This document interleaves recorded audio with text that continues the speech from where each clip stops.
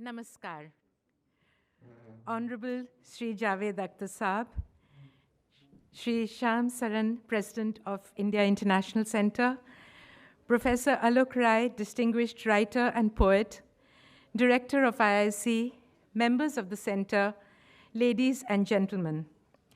On behalf of the India International Center, we would like to extend a very warm welcome to each one of you. And it is our pleasure and privilege to welcome back Javed Saab to the center and also extend a special welcome to Professor Alok Rai, who has been a valued member of the IIC. We look forward to an enlightening evening of conversation and narration with Javed Saab and Professor Rai speaking on the intimate relationship between Hindi and Urdu. Before I invite our president, Sri Shyam Saran, on stage to take the mic, I would like to briefly introduce our two guests for the evening. Of course, any introduction of Javed Saab would actually be saying too little, but I would like to state that he is the son of well-known Urdu poet and film lyricist Jan Nisar Akhtar, who was professor of English literature and a writer. Javed Saab belongs to a family lineage that can be traced back to 7 generations of writers.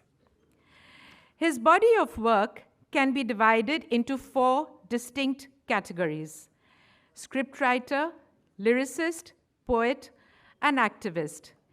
He is the recipient of 5 national awards presented by the Government of India for Best Lyricist. He is also the recipient of 15 Filmfare Awards and has been conferred the Padma Bhushan by the Government of India in 2007. Apart from his work as poet, writer, and lyricist, Javed Saab is also a highly respected social activist working for the rights of the underprivileged and for gender justice. Born and raised in Allahabad, Professor Alok Rai grew up in an affluent Hindi-Urdu background, which explains his strong linguistic concerns. He was born into a family that gave him, well before the age of consent, a certain engagement with matters of language and culture, and also with literature. He has taught at the University of Allahabad, at the Indian Institute of Technology in Delhi, at the University of Pennsylvania, and he retired from the Department of English, University of Delhi in 2011. He has been involved with the business of writing and with language in society. His interests include modern English literature and cultural processes in modern North India, with particular reference to issues of language and literature.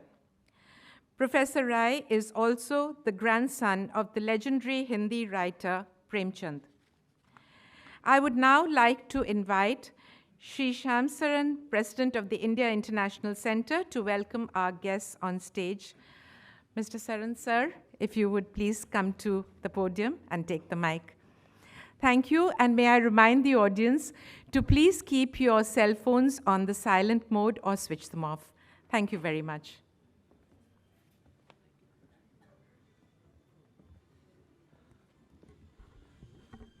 Good evening, everyone. As one can see, this is perhaps one of the most popular programs that we have had in the recent past. Of course, here at IIC, we are very privileged that I think this is probably the only institution which has had the privilege of hosting Javed ji twice in just a few months, I think. So ये जो आपने इनायत की है वो इसको कायम रखें तो बहुत ही मेहरबानी होगी. Let me just mention to you that the subject that both Mr.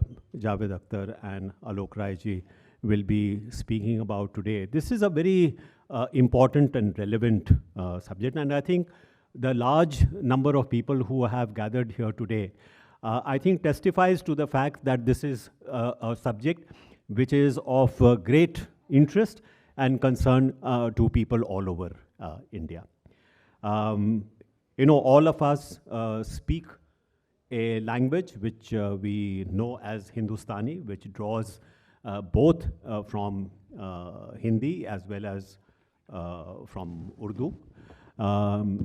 These are languages which actually have emerged over several hundred years from multiple sources, multiple inspirations.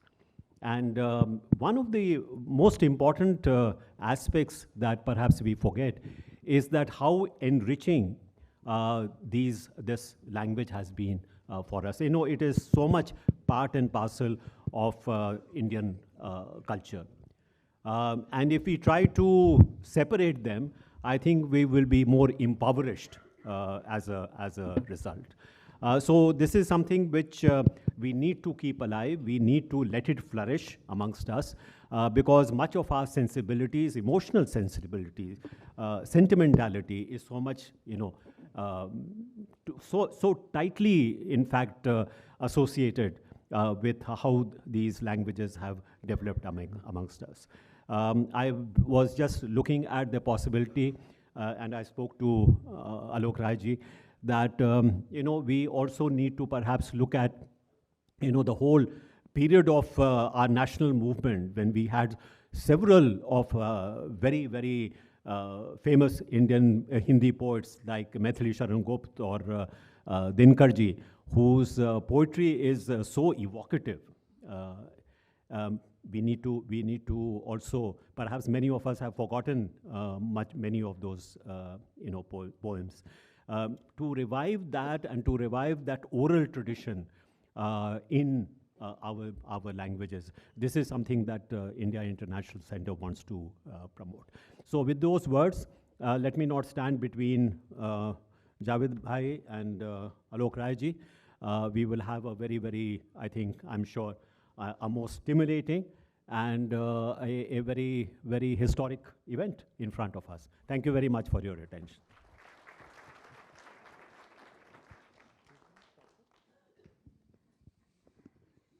चलिए साहब, मैं बिल्ली के गले में घंटी बांधता हूँ। प्लेटो ने बहुत सारी अकल की बातें की हैं, उनमें से एक अकल की बात यह है कि जब किसी मौजू पे बात करो तो अल्फाज के, शब्दों के माने तय कर लो। तो ऐसा ना हो कि शब्द का एक मतलब वो समझ रहा हो और एक आप समझ रहे हो और बातचीत चल रही हो, जो कि आमतौर से होता है, ख़ास तौर से इस शहर में। तो ज़बान, भाषा, ये क्या है? यह है क्या चीज़ जिसे हम कहते हैं ज़बान? ये अपनी स्क्रिप्ट है। अगर ये स्क्रिप्ट है तो पंजाबी तो 3 स्क्रिप्ट में लिखी जाती है, देवनागरी में, गुरमुखी में और उर्दू रस्म नस्तालिक में, मगर रहती पंजाबी है। फिल्मों के पोस्टर लगे होते हैं KUCH, HOT, HAI, तो कुछ होता है इंग्लिश है? नहीं है। तो और अगर स्क्रिप्ट ही ज़बान है तो फिर अंग्रेज़ी तो लैटिन है और फ्रेंच भी लैटिन है और जर्मन भी लैटिन है, लेकिन ऐसा तो नहीं है।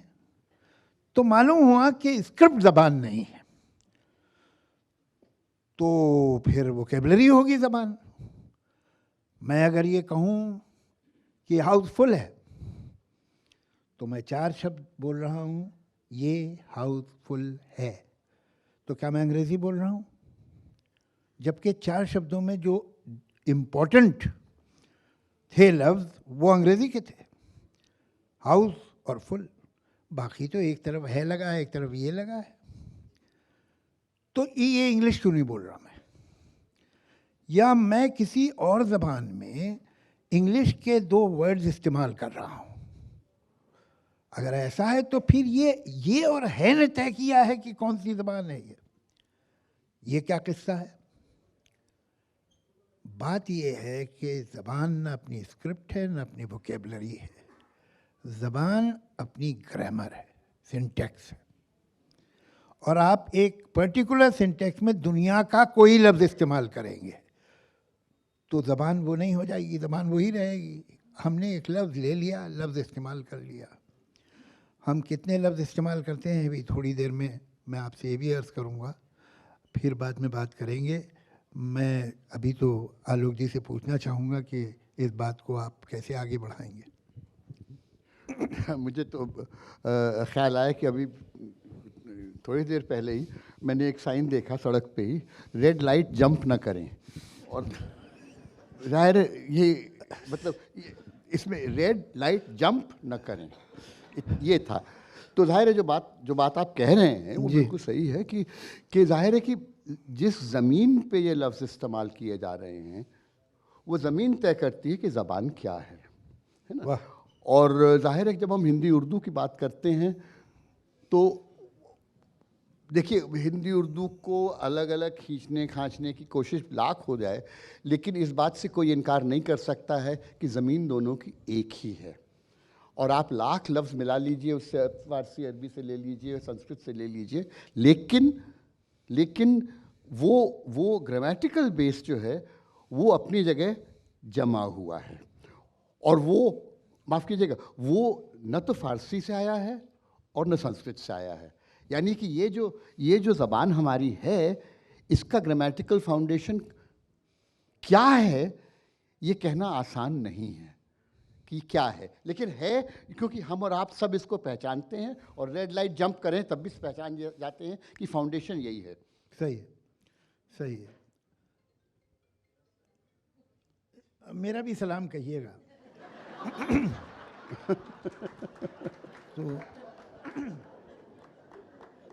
तो अब जहाँ तक का ये बात है सिंटेक्स की, उसकी, ये तो हिंदी उर्दू की एक है। अब हम एक काम करते हैं, मुझे तो बड़ी दिलचस्प बात लगती है अक्सर कि जब तक मैं आपसे कुछ बात कर रहा हूँ और आपकी समझ में आ रहा है तो आप समझते मैं हिंदी बोल रहा हूँ। जब ज़रा समझने में मुश्किल पड़ती है तब आप कहते हैं ये उर्दू है। ये एक अजीब किस्सा है। बहरहाल मैं जानना चाहता हूँ कि वो इंसान जिसे न लिखना आता न पढ़ना आता है और इसे ढूंढना कोई ज़्यादा मुश्किल नहीं है तो जब वो ये कहता है तुम कहाँ जा रहे हो, मैं तो घर जा रहा हूँ। खाना खाओगे? नहीं, भूख नहीं लग रही। पानी पी लो? हाँ, थोड़ी प्यास तो है। ये कौन सी ज़बान बोल रहा है? ये लिखता नहीं है, ये पढ़ता नहीं है। ये हिंदी है कि उर्दू है? ये क्या है? हकीकत ये है कि ये दोनों है।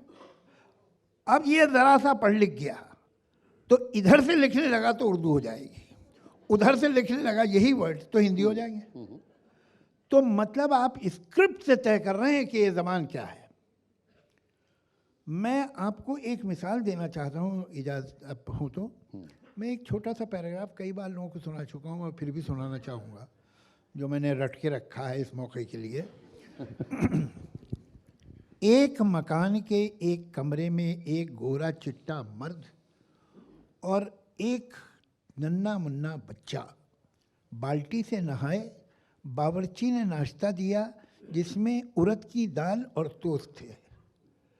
आदमी उठा, चिक हटाई, संदूक खोला, पिस्तौल निकाला, दीवार पे टंगी बंदूक ली, रिक्शे में बैठ के चला गया। बच्चा बेबस देखता रहा। किसी को कोई मुश्किल पड़ी? कोई ऐसा शब्द, कोई ऐसी लाइन जो ये क्या है भाई, ऐसा लगा? अब चलिए इसको ज़रा सा एनालाइज करते हैं। एक मकान के मकान अरबिक, एक कमरे में कमरा इटालियन, एक गोरा चिट्टा चिट्टा पंजाबी, मर्द पर्शियन,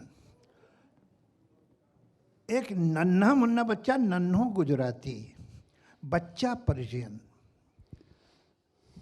बाल्टी पुर्तगीज, बावर्ची टर्किश, उड़द तमिल, तोस इंग्लिश, चिक टर्किश, संदूक टर्किश, पिस्तौल इंग्लिश, दीवार पर्शियन, बंदूक Turkish, rickshaw, fasten your seat belts, Japanese.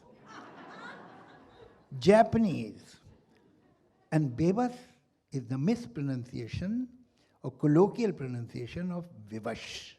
Which is Sanskrit. आपने इतनी ज़बानें एक साथ बोली, अब आपको अगर प्योर करनी है अपनी ज़बान तो ये सारे वर्ड बाहर निकलने पड़ेंगे आपको। देख लीजिए, फिर इशारों से ही बात होगी। नहीं जादू, आपने जो बात कही बेहद बेहद सिग्निफिकेंट है। वो ये कि ये जो लेक्सिकल मिक्स हमको आम ज़बान में मिलता रोज़, अगर हम कान ट्रेंड हैं तो हम सुन सकते हैं, ये कहानी कह रहा है। और ये कहानी कह रहा है, इस सिविलाइजेशन की कहानी कह रहा है कि यहाँ पे इतने तरह के लोग, इतने तरह, माफ़ कीजिएगा मेरी आदत नहीं है, इतने तरह के लोग आए हैं यहाँ पे, सदियों से आ रहे हैं, घुल मिल रहे हैं, एक दूसरे से बातचीत कर रहे हैं, एक दूसरे को अपनी बात समझाने की कोशिश कर रहे हैं, और इस कोशिश से ही एक चीज़ बनती रही है और बन रही, वो आज भी बन रही है ना। और ये मेरी नज़र में ये हमारे सिविलाइजेशन का बहुत बड़ा अचीवमेंट है, जैसा कि और कम जगहों में देखने को मिलेगा, क्योंकि यहाँ पे कई कारणों से कई तरह के लोग दुनिया भर से आते रहे और हज़ारों साल से आ रहे हैं और बस रहे हैं। इसीलिए यानी जो आपने ग्रामर की बात की कि ग्रामेटिकल फाउंडेशन क्या है, ये मसलन मैं कुछ जानता हूँ, जैसे जो हिंदी उर्दू बोलने वाले लोग नहीं हैं, वो जब सीखने की कोशिश करते हैं तो उन्हें बेहद मुश्किल पड़ती है कि आखिर रूल है क्या, क्योंकि जो ग्रामेटिकल फाउंडेशन है ये बेहद स्लिपरी है। इसलिए हम और आप जो नेटिव स्पीकर्स हैं, हम जिस आसानी से बोल लेते हैं, वो आसानी किसी दूसरे को नसीब नहीं है ना। और ये इसको मैं विरासत समझता हूँ, ये मुझे मेरी सिविलाइजेशन ने दी है ना, और इसको मैं आसानी से छोड़ने वाला नहीं हूँ। एक्चुअली ग्रामर खुदा की तरह होती है, बस वो है तो है, उसका सबूत और क्यों है और कैसे है, इस बहस में आप पढ़ेंगे तो गड़बड़ हो जाएगी। तो बस वो है, ऐसा क्यों सही है, इसलिए का हम कह रहे हैं ऐसा है। तो दरअसल जब ग्रामर एक हो तो ज़बानें दो कैसे होती है आर्टिफिशियली? वो है क्या कि दुनिया में दो ज़बानें होती हैं, एक अवाम की और एक हुकूमत की, हर जगह। जो सरकारी ज़बानें होती हैं हमेशा से, आज से नहीं हमेशा से और हर जगह, वो कुछ और हैं, उनका मिजाज कुछ और है, उसकी वोकेबलरी कुछ और है, उसका तरीका कुछ और है। और जो इंसान सड़क पे बोलता है, घर के आंगनों में बोलता है, वो ज़बान कोई और है। तो फैक्ट ये है कि आप अगर सड़क पे आइएगा या घर आंगन में जाइएगा तो आपको मालूम होगा कि इन ज़बानों में तो कोई फ़र्क नहीं दिखाई दे रहा। ये फ़र्क जो है वो जब या तो आपको कोई वो हो गया हो, एक ऐसा इंस्टीट्यूशन आपके हाथ में हो जहाँ आपको इसी ज़बान से रोटी मिलेगी, तो उसको आप प्योरीफाई करते रहते हैं। मतलब उर्दू मैंने ऐसी भी सुनी है कि सालार जमात मिस्र उला की नगमा संजी में मसरूफ़ है, ता वक्त के दीगर असाब जमात मिस्र सानी के बकिया अरकान की अदायगी कर रहे हैं। जिसका सिंपल मतलब ये है कि लीड वॉइस पहली लाइन गा रही है, कोरस दूसरी लाइन गा रहा है। तो ये भी सब होता है कि जब आपको अपने वजूद पे यकीन ना हो तो उसे यकीन, जैसे लहजे में और उस पर जिन लोगों में एक कमी होती है सेल्फ कॉन्फिडेंस की या सेल्फ एस्टिमेट की, तो वो कुछ ज़्यादा घमंड से, गुरूर से और ज़्यादा ये साबित करने को मिलते हैं कि हम हैं और हम ये मत समझा कि हम ही नहीं। तो ये जो लो सेल्फ इस्टीम से निकलती हैं बातें, उसी तरह से जब आप इस तरह की लो सेल्फ इस्टीम कहीं भी हो तो हम ज़बान को ऐसा बनाने लगते हैं, हमारी ज़बान है भाई, अरे तुम्हारी ज़बान तो है ही है, उसी में तो तुम बोल रहे हो, बाकी लोग तुम्हारी बात इतने जो सुन रहे थे कि नहीं सुन रहे थे, और वो भी तुमसे बात करें, तुम्हें उनकी समझ में बात आ रही थी कि नहीं आ रही। तो अगर ये सब ठीक है तो फिर क्या प्रॉब्लम है ज़बान का?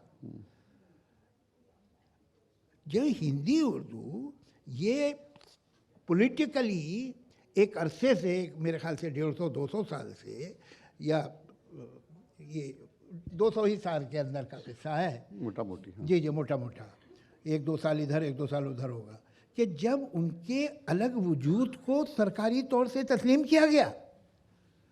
ये तो एक ही थी। आप जब शुरू में देखते हैं जो पोइट्री है वो आप बोल ही नहीं सकते कि ये किसने लिखी है, ये उर्दू के पोइट ने लिखी है, हिंदी के पोइट ने लिखी है। ये धीरे धीरे ये 200 बरस में एक बहुत इंटेंशनली ब्रिटिशर ने जहाँ तरह तरह के डिवीज़न वो चाहते थे, तो दे वांटेड, बड़े दूर देखने वाले लोग थे, तो उन्होंने एक कल्चरल डिफरेंस के लिए नॉर्थ इंडिया में इसको इस तरह, मतलब ये कहना कि उर्दू मुसलमानों की ज़बान है। अच्छा, तो ये जो 10 करोड़ बंगाली थे ईस्ट पाकिस्तान में, अर्स्टवाइल ईस्ट पाकिस्तान में, ये मुसलमान नहीं थे। इन्होंने तो कहा मरते मर जाए हम उर्दू नहीं पढ़ेंगे, हमें अलग मुल्क चाहिए। तो ये 10 करोड़ कौन से थे? इनकी ज़बान थी उर्दू। ये जो मलयालम के राइटर्स हैं, बशीर जैसे जाइंट्स, ये उर्दू में लिखते हैं। ये बाकी जो मिडल ईस्ट में अरब घूम रहे हैं सब उर्दू बोलते हैं। उज़्बेकिस्तान में सारे, कज़ाकिस्तान के मुसलमान सब उर्दू बोलते। कहाँ उर्दू बोलते? उर्दू सिर्फ इंडियन सब कॉन्टिनेंट की ज़बान है। अब वो ठीक है, 70 साल पहले एक हिस्सा अलग हो गया था, तो हिंदुस्तानी ना, तो वहाँ की ज़बान है और यहाँ की ज़बान है, और कहाँ की है? कहीं की है ही नहीं। अच्छा साहब, हिंदी जो है हिंदुओं की ज़बान है। ये जाके आप तमिलनाडु में बताइए लोगों को कि भाई तुम्हारी ज़बान ये है, तुम क्या कर रहे हो, ज़रा देखें हम भी। तो ये बेकार बात। ज़बानें रिलीजन की हो ही नहीं सकती, ज़बानें रीजन्स की होती हैं। इस रीजन की ये ज़बान है, पंजाब की पंजाबी है, बंगाल की बंगाली है, सिंध की सिंधी है, महाराष्ट्र की मराठी है। ये कौन सी ज़बान है जो? अच्छा, तो अंग्रेज़ी क्या ईसाइयों की ज़बान है? ये सारे फ्रांस के और इटली के ईसाई अंग्रेज़ी बोलते हैं। किसकी ज़बान है? इलाकों की ज़बान होती है। ये नॉर्थ इंडिया की ज़बान थी। मैं तो दिल्ली में 1000 बार सुन चुका हूँ। 70s में फादर का जिक्र होता था, अब ग्रैंडफादर का होता है। मेरे फादर तो साहब सिर्फ उर्दू अखबार पढ़ते थे, तो कह रहे भाई तुम क्यों नहीं पढ़ते हो? मेरे अब दादा आ गया है, एक जनरेशन चेंज हो गई। मेरे दादा साहब उर्दू में लिखते थे, पढ़ते थे। उर्दू किताबें उनकी अभी भी हमारे घर पे रखी है, जो हम लोग तो पढ़ नहीं सकते, लेकिन रखी है हमने संभाल के। तो ये ज़बान नॉर्थ इंडिया की ज़बान थी। बहुत सारे झूठ बोले गए हैं। जो पूरी 2 नेशन थ्योरी थी वही झूठी थी, और उसमें बाकी तो आप हिस्ट्री का इंटरप्रिटेशन बना लीजिए। आप बना सकते हैं कि आपका हीरो महमूद गज़नवी, आप बना सकते हैं आपका हीरो कोई और है। अलग अलग आपने हीरो भी बना लिए, अलग इंटरप्रिटेशन हिस्ट्री के कर दिए, सब कर देंगे। इस कमबख्त का क्या करेंगे? इसमें ये तो कर नहीं सकते कि आप एक काम कीजिए कि वर्ब आप पाकिस्तान ले जाइए और नाउन हम रख लेंगे। ये तो हो नहीं सकता।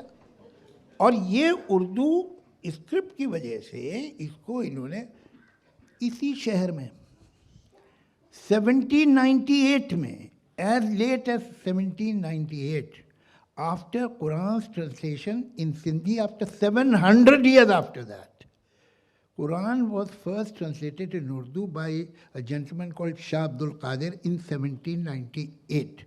जितने उस वक्त के शाही इमाम और काजी थे और जो थे, सब ने कुफ्र का फतवा दे दिया उसे कि इस हीदन लैंग्वेज में, इस गलीज ज़बान में, ये जो शराब की और पता नहीं इश्क विश्क की बातें करती है, इसमें आपने कलाम पाक तर्जुमा कर दिया। ये फतवे हो गए। और यही ज़बान 1798 से लेकर विदिन 70-80 ईयर्स इसके सर पे टोपी रख दी गई और इसके दाढ़ी चिपका दी गई नकली। ये जो है ये एक फ्रॉड है। उसके बाद हिंदी जहाँ से शुरू हुई, मॉडर्न हिंदी बहुत यंग है। देखिए, ये बेहतर बताएंगे मुझसे, चाहे जो सूर हैं, कबीर हैं, तुलसी हैं, जो भी पुराने शायर हैं, ये दूसरे डायलेक्ट के शायर, खड़ी बोली के शायर नहीं हैं। हमारी तो खड़ी बोली चली ना, और जो आज की मॉडर्न हिंदी है वो भी खड़ी बोली में। हिंदी में खड़ी बोली के पहले शायर आप बेहतर जानते होंगे, जहाँ तक मुझे ख्याल पड़ता है भारतेंदु हैं, हरीशचंद्र। भारतेंदु वैसे उर्दू में लिखते थे, रसा के नाम से लिखते थे। भारतेंदु रसा के नाम से लिखते थे। उन्होंने हिंदी में भी हिंदी में भी लिखते थे और उर्दू में भी लिखते थे। वरना खड़ी बोली काव्य जी in modern times has been a struggle to find an adequate poetical language, है ना? क्योंकि पोएट्री की ज़बान तो ब्रजभाषा थी, भोजपुरी थी, अवधी थी, है ना? इसलिए ये लेकिन मैं एक बात थोड़ी पीछे ले जाना चाहता हूँ, क्योंकि ये बात बहुत ज़रूरी है जो आप कह रहे हैं कि ये जो उर्दू मुसलमानों की ज़बान है और बाय इम्प्लिकेशन हिंदी जो है वो हिंदुओं की है, it is obviously outright a complete misunderstanding. ये गलती है, सीधी सी बात. And गलती is putting a charitable interpretation on it. It's probably worse than that. But it is at least a mistake. It is, however, a profoundly consequential mistake. And it is a mistake जो कि आज भी हमको जगह जगह सुनने में मिलता है. आज भी ये होता है कि उर्दू कहीं और की ज़बान है. ये तो और ये बात जाहिर है कि ये उर्दू वाले भी कहते हैं कि उर्दू तो अरब से आई है, पर्शिया से आई है. तो फिर पूरी ले आए होंगे, लेकिन वहाँ तो नहीं बची. है ना?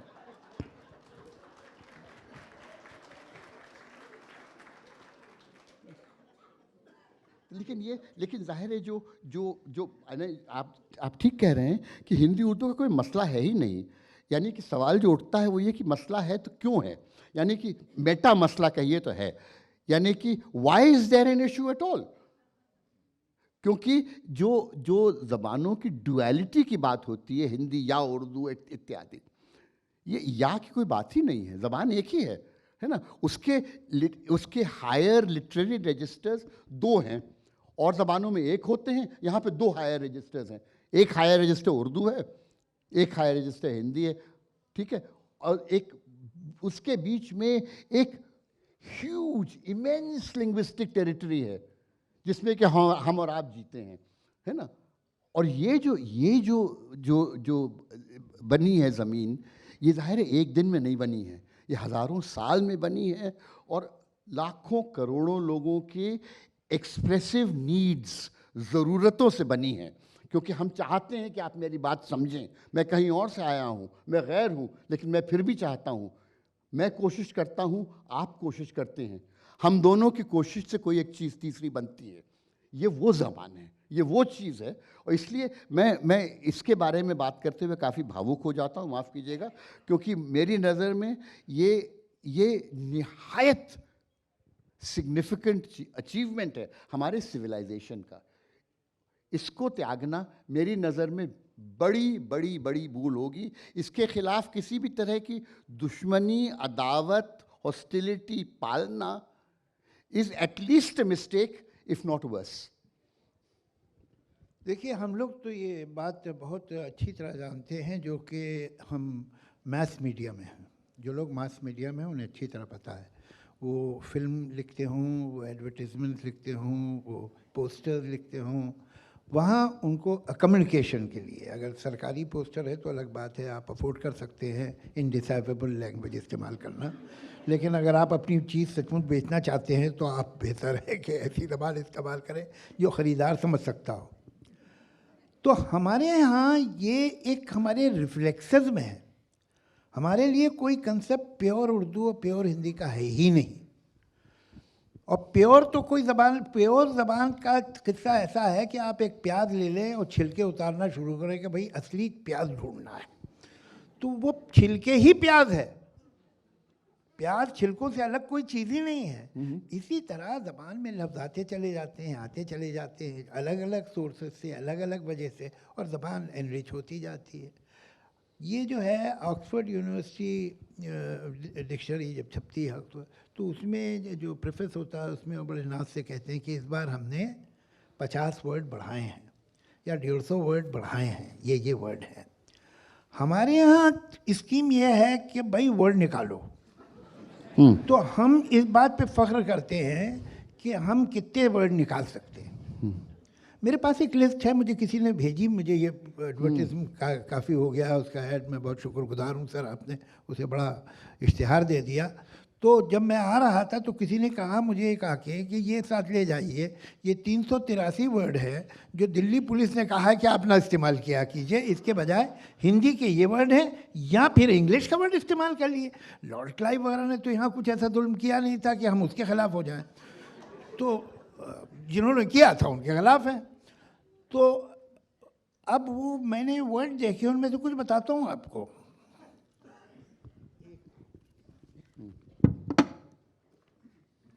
बल्कि कुछ बहुत खतरनाक बातें हैं। खतरनाक इसलिए है कि ये सरकारी मामला है।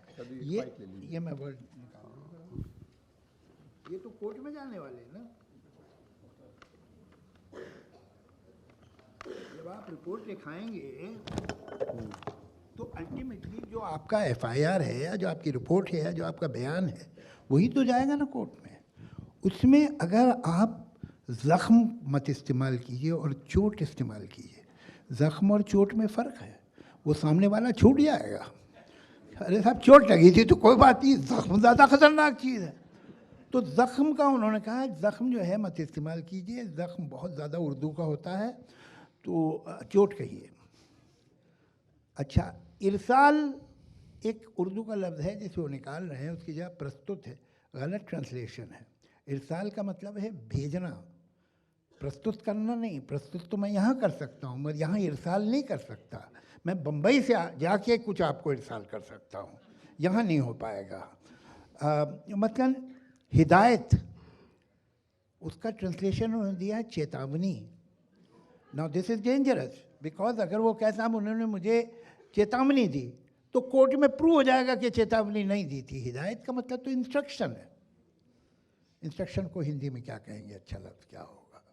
आदेश, सूचना, आदेश। आदेश। तो उसकी जगह, हाँ आदेश सही है, हाँ किसी को आदेश देना। निर्देश वुड बी डायरेक्शन, आदेश। आदेश, आदेश। अच्छा, तहवील। तहवील जो है is saying that giving something in someone's custody, कि हमने ये चीज़ उसकी तहवील में दे दी है, कस्टडी में दी है। उसका उन्होंने कहा ये लफ्ज़ मत इस्तेमाल कीजिए तहवील, इसी जगह इस्तेमाल कीजिए एक अरेबिक वर्ड जिसे वो हिंदी समझ रहे हैं, कब्ज़ा। एक तो ये अरेबिक का वर्ड है, दूसरे ये कि ये माने चेंज हो जाएंगे। अब अगर एक आदमी एफआईआर में या किसी सीरियस केस में ये गलत लफ्ज़ इस्तेमाल कर देता है, it will effect the case. Police के पास आप बोले ना, गिर दीजिए। अच्छा, कुछ जगह ऐसा है कि उनको शब्द नहीं मिले हिंदी में, तो उन्होंने उसका ट्रांसलेशन कर दिया, जेब तराशी, जेब से पैसे चोरी करना, ये हिंदी का ये लिखा है। अच्छा, मतलब जेब में अगर सोने का कलम है आप निकाल ले तो जेब तराशी नहीं है, पैसे ही निकालेंगे आप, वरना जेब नहीं कटी। अरे भाई जेब काटना बोल दो, जेब से पैसे निकालना क्यों? अच्छा, मुश्तबा, जिस पे अपराध करने का शक हो।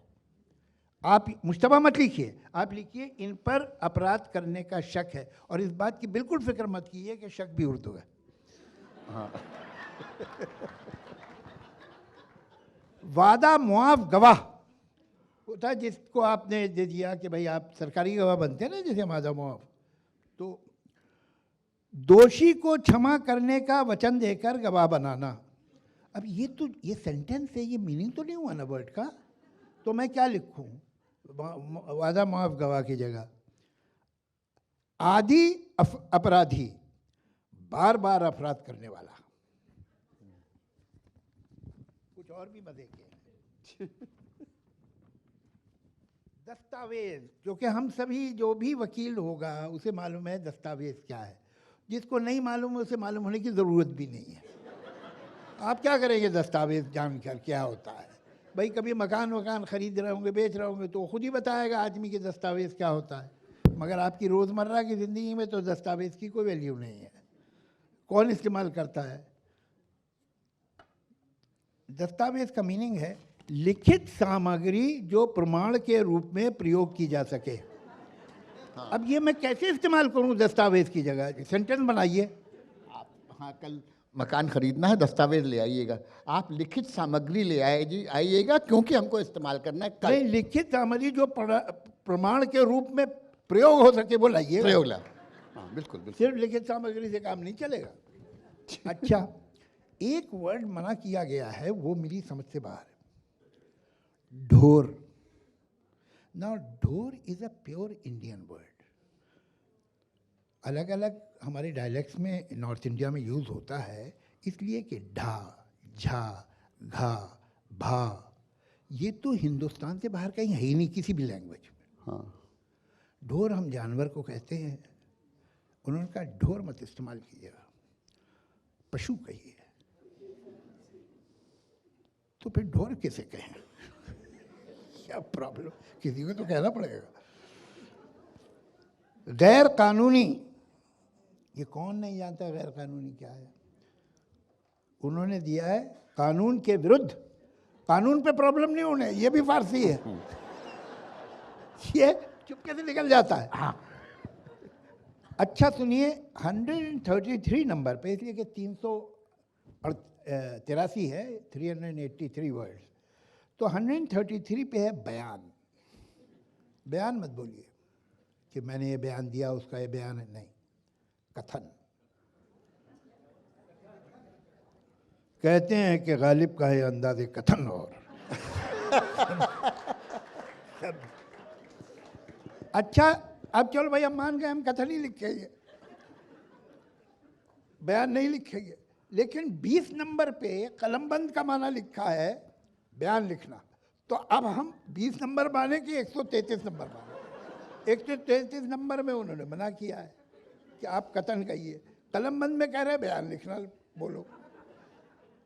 तो अब क्या किया जाए? इससे भरी हुई है चीज़, भरी। ये तो मैं आपको ऐसे मतलब नहीं, जो 383 हैं उनमें से 350 तो ऐसे हैं कि आप कहें कि यार किसने किया है। जो अटेम्प्ट, अगर नियत ये है कि लैंग्वेज सिंपल की जाए, वन शुड रेस्पेक्ट दैट। भाई कानूनी ज़बान इतनी कॉम्प्लिकेटेड होती है कि उसे सिंपल होना चाहिए ताकि आम आदमी समझ सके। बहुत ऑब्सलीट वर्ड्स उसमें हैं। एक वर्ड है जो कि पर्शियन और अरबिक से मिलके बना, शोरो गोगा। मैं चैलेंज करता हूं कि 90% उर्दू के स्टूडेंट्स, बल्कि शायद ज़्यादा, 98% गोगा का मतलब नहीं बता सकते। गोगा का क्या मतलब? गोगा अरबिक में शोर के लिए है वर्ड, और शोर पर्शियन का वर्ड है, शोरो गोगा। ये उन्होंने नहीं चेंज किया है, उन्होंने हिंदी में भी यही दिया है, शोरो गोगा।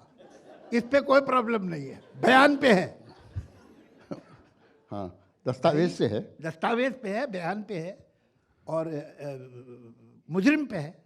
मुजरिम मत कहिए, अपराधी। तो ये जो है, अगर आप सिंपल करना चाहते हैं तो बहुत अच्छी बात है। आपका इंटेंशन अगर ये है कि भाई लैंग्वेज ऐसी हो कि सबकी समझ में आए, तो please ask some linguist, some people who know the language. ये कोई इस तरह से किसी ने भी कर दिया है डिपार्टमेंट में, इससे तो बड़े कॉम्प्लिकेशन हो जाएंगे। इसलिए जिन लोगों ने बात सीरियसली ले ली, वो अपनी रिपोर्ट में, अपने बयान में, मतलब कथन में, अपने एफआईआर में, एफआईआर का अभी एफआईआर नहीं चलेगा, नहीं चलेगा, अंग्रेजी सब चलेगी। इसलिए कि ये 3 कॉलम्स में है। ये पहले उर्दू में है, जो ये नहीं कीजिए, फिर ये हिंदी में है, दिस इज प्रेफरेबल, और इंग्लिश, फिर इंग्लिश में, वरना ये बोल दीजिए। अंग्रेजी से कोई प्रॉब्लम नहीं उनको कि आप अपने बयान में 4 लफ्ज़ अंग्रेजी के इस्तेमाल करते हैं, वो प्रॉब्लम नहीं। अब क्यों नहीं है मालूम नहीं, एक्चुअली अंग्रेज़ों से कभी प्रॉब्लम रही नहीं है, ये भी सच है।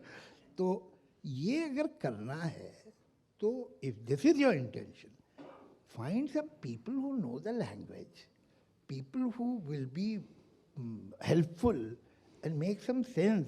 ये तो एक मजाक है बहुत जी। हाँ,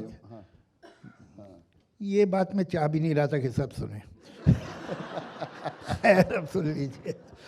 तो ये सब क्या हो रहा है? ये बहुत अजीब बात है। नहीं, और ये मैं चाहता हूँ यहाँ कोई ना कोई तो होंगे पुलिस के, तो ऐसा तो नहीं हो सकता कि हो ही नहीं कोई। अच्छा सर, ये देखिए इसको ठीक करवाइए, मतलब अगर हमारे लायक कोई खिदमत हो तो हम हाजिर हैं, मतलब हम बैठ के करें साथ में, लेकिन हमको ऐसे लोग चाहिए जो ये ज़मानों को बहुत अच्छी तरह से जानते हैं। इसमें बड़े गलत गलत ट्रांसलेशन है और बड़े, यानी अगर ये सीरियस बात नहीं होती तो हंसने वाली बात होती। नहीं जावेद, ये माफ़ कीजिएगा मैं बात काट रहा हूँ, लेकिन ये इस पे ये जो ट्रांसलेशन इन्वेंशन ऑफ टर्म्स जो हुआ है, इसके बारे में हम लोग बहुत देर तक बात कर सकते हैं कि इसके मोटिवेशंस क्या थे, जड़ में पाजीपन है या बेवकूफ़ी है, लेकिन इसके इरादे जो हैं, बहुत कम चॉइस दी आपने वैसे। चॉइस वही है, उसके अलावा नहीं है, तीसरी नहीं है। मसलन वकील से प्रॉब्लम है ना, आप क्योंकि इतनी सारे FIR वगैरह हो रहे थे, वकील से प्रॉब्लम है। एडवोकेट अंग्रेजी है, लफ्ज़ क्या बनाया, अधिवक्ता। ये अधिवक्ता क्या है, ये संस्कृत साउंडिंग एडवोकेट है, अधिवक्ता, दैट्स ऑल, है ना। तो ये यानी ये, लेकिन हम लोग टाइम शायद थोड़ा सा ज़्यादा ले रहे हैं, ये बात कहीं और ले चलें, क्योंकि इसका मजाक ही उड़ा सकते हैं हम, या दुख मनाएं कि क्या किया है, कि अच्छी खासी जो ज़बान थी हमारी, उसका क्यों गुड़ गोबर किया है या कोशिश की है, कम से कम इसकी बात कर सकते हैं। लेकिन हम चाहते हैं कि बात को दूसरे ज़रूर हाँ। बल्कि मैं समझता हूँ बात को वहाँ ले चलिए जहाँ से शुरू हुई थी। हकीकत ये है कि जो हमने पहले ही कहा कि भाई लैंग्वेज तो अपनी ग्रामर है, और हिंदी उर्दू की ग्रामर एक है। हाँ। ये ज़रा कभी कभी बिला वजह बहुत ज़्यादा सेंसिटिव और टची टॉपिक हो जाता है। मैं इसे बहुत संभाल के कहना चाहता हूँ कि क्या ये नहीं हो सकता कि जब इतना इनमें कॉमन है, मतलब एक आप उर्दू का एक भी जुमला नहीं बोल सकते बगैर हिंदी का लफ्ज़ इस्तेमाल किए। कोई भी रीजनेबल हिंदी की जो डिक्शनरी है उसमें 6 से 7 हज़ार वर्ड पर्शियन के होंगे। हाँ। अच्छा, तो हमारी सिंटेक्स एक है, हमारी वोकेबलरी 90% एक वोकेबलरी है। ऐसा क्यों नहीं हो सकता कि एक लैंग्वेज जिसको हम भूल गए, जिसका नाम था हिंदुस्तानी, कि अगर हम कुछ स्कॉलर्स, कुछ राइटर्स, कुछ प्रोफेसर इस पे बैठे जिन्होंने रिसर्च की हुई लैंग्वेजेस पे, और एक कॉमन डिक्शनरी हिंदुस्तानी की डेवलप करें कि जिसमें दोनों लैंग्वेजेस के जो अच्छे वर्ड्स हैं, उम्दा वर्ड्स हैं, वो एक जगह जमा हो। ये ज़रा सोचिए हमारी वोकेबलरी क्या होगी। जमा करें जितने अच्छे पोएट राइटर हिंदी में हुए हैं, जो अच्छी राइटिंग की गई हिंदी की, जो उर्दू की गई है, उसको सबको एक जगह लाएं। यहाँ क्या होता है, कुछ सेंसिटिव हो जाते हैं लोग, ख़ासतौर से उर्दू में, ये क्या उर्दू ख़त्म करने की तरकीब हो रही। नहीं, मेरी मादरी ज़बान उर्दू है, मुझे उर्दू से बहुत मोहब्बत है, बल्कि जो खाना खाली था मज़हब का उसमें भी मैंने उर्दू ही रखी है। लेकिन सर ये सच है, मान जाइए। तो किस्सा ये है कि आपको उर्दू पढ़ानी है और उसी नस्तालीक में ही लिखनी और पढ़नी है, हमें कोई प्रॉब्लम नहीं, आप करते रहिए। आपको सिर्फ हिंदी राइटर्स पढ़ाने हैं, आपको सिर्फ, माफ़ कीजिए एक बात मैं रिकॉर्ड करेक्ट कर दूं, प्रेमचंद जी जो इनके दादा थे, वो पहले उर्दू में बरसों तक लिखते रहे, उसके बाद उन्होंने हिंदी में लिखना शुरू किया। तो आप सिर्फ हिंदी राइटर मत कहिए उन्हें उर्दू हिंदी राइटर कहिए। तो जो बड़े बड़े राइटर्स हैं, बड़े बड़े दिनकर, जो आपने क्या मतलब शायरी है उनकी, आदमी सुन रहा हो तो खून गर्म हो जाता है। ये शायरी, ये सब एक जगह क्यों नहीं जमा हो सकती, और बच्चों को पूरी वोकेबलरी क्यों नहीं दी जा सकती। ये दोनों जो फॉर्म्स हैं लैंग्वेज की, वो एक जगह अगर आ जाएं, हो हिंदुस्तानी के अलावा, तुम हिंदी डिपार्टमेंट चलाओ, तुम उर्दू डिपार्टमेंट चलाओ, हमें कुछ नहीं उनसे शिकायत है, और आप करते रहिए जो आप कर रहे हैं दोनों। हम ये हिंदुस्तानी को लोगों के सामने लाना चाहते हैं कि इन दोनों ज़बानों की सारी खूबसूरती, सारी अच्छाई, सादा लिटरेचर एक जगह आए और वो पढ़ाए। अब उसमें बात होगी स्क्रिप्ट की। स्क्रिप्ट के मामले में भी लोग बड़े सेंसिटिव होते हैं। इसके 2 तरीके हैं।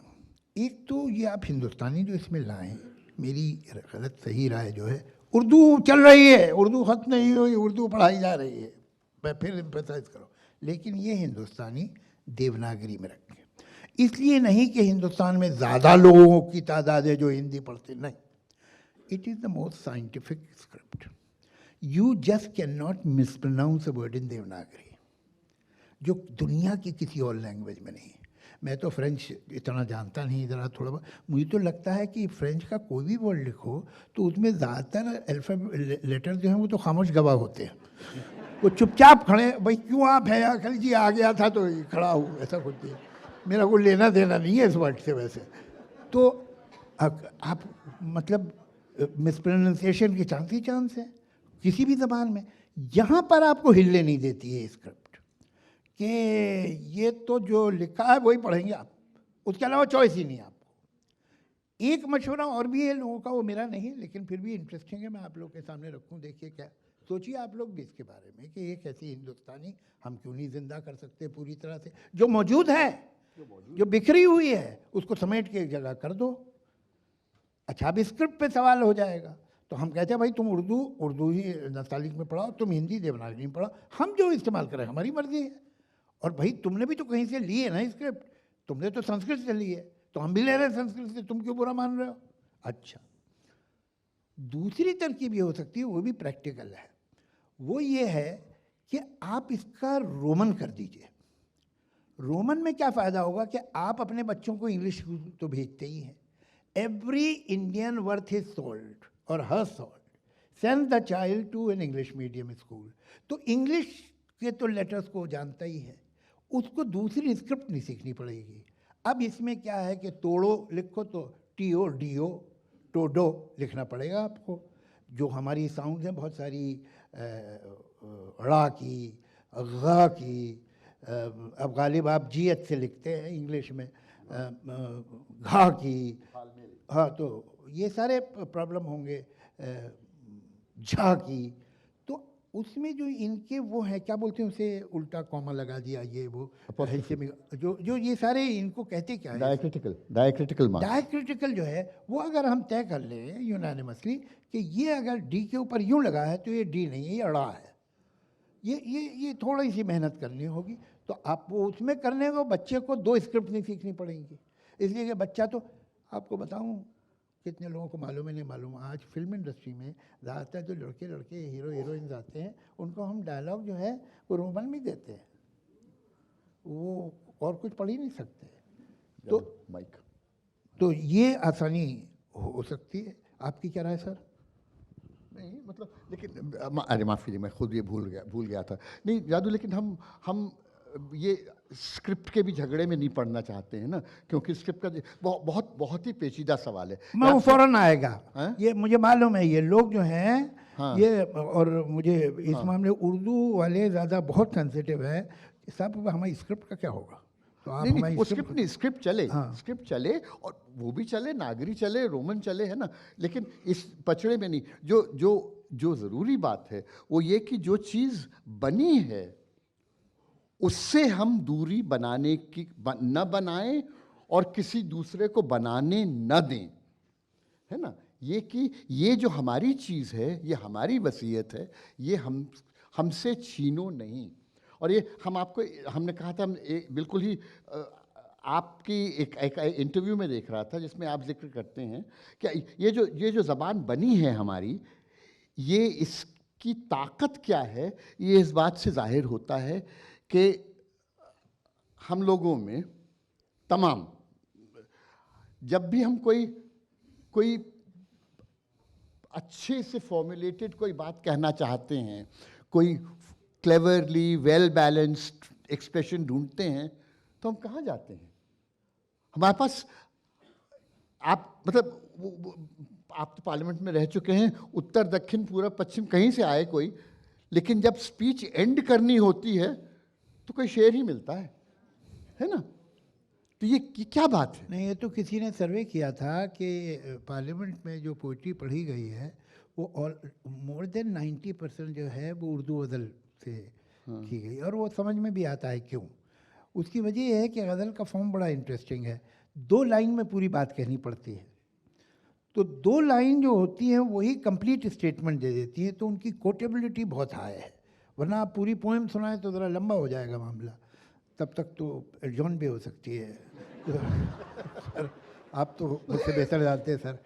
तो लेकिन ये कि 2 लाइन में क्योंकि आप पूरी बात कह सकते हैं, मगर मैं साथ में सर इजाज़त दें आप लोग तो मैं एक बात अर्ज़ करना चाहता हूँ, और कोई प्रेजेंट कंपनी एग्जम्प्टेड, मैं ये उम्र हो गई, मैं आज तक किसी भी पार्टी के किसी भी पॉलिटिशियन को मैंने शेर सही पढ़ते नहीं सुना। इनवेरिएबली गलत पढ़ते। हमारे एक दोस्त थे, वो शेर सही नहीं पढ़ते थे, तो हमने उनको कहा, हम भी कॉलेज में थे तो भाई 10 रुपये बहुत बड़ी रकम थी हमारे लिए, तो हमने कहा हम तुम्हें 10 रुपये देंगे, हम दोस्तों ने कहा 3-4 ने, तुम एक शेर सही सुना दो। तो कहने लगी ये तुम लोग बेकार बातें करते हो, मुझे डिमोरलाइज मत करो, मैं काफ़ी शेर सही पढ़ सकता हूँ, ऐसा कुछ नहीं।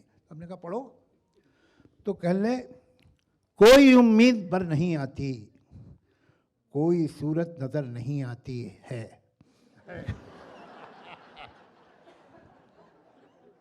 तो हमारे ये बहुत सीरियस मामला है पॉलिटिक्स में, और इस मामले में सब एक झंडे के नीचे। गलत शेर उस पे लिखा झंडे पे और सब नीचे खड़े हो उसके। पढ़ते नहीं, क्या पता नहीं क्या वजह।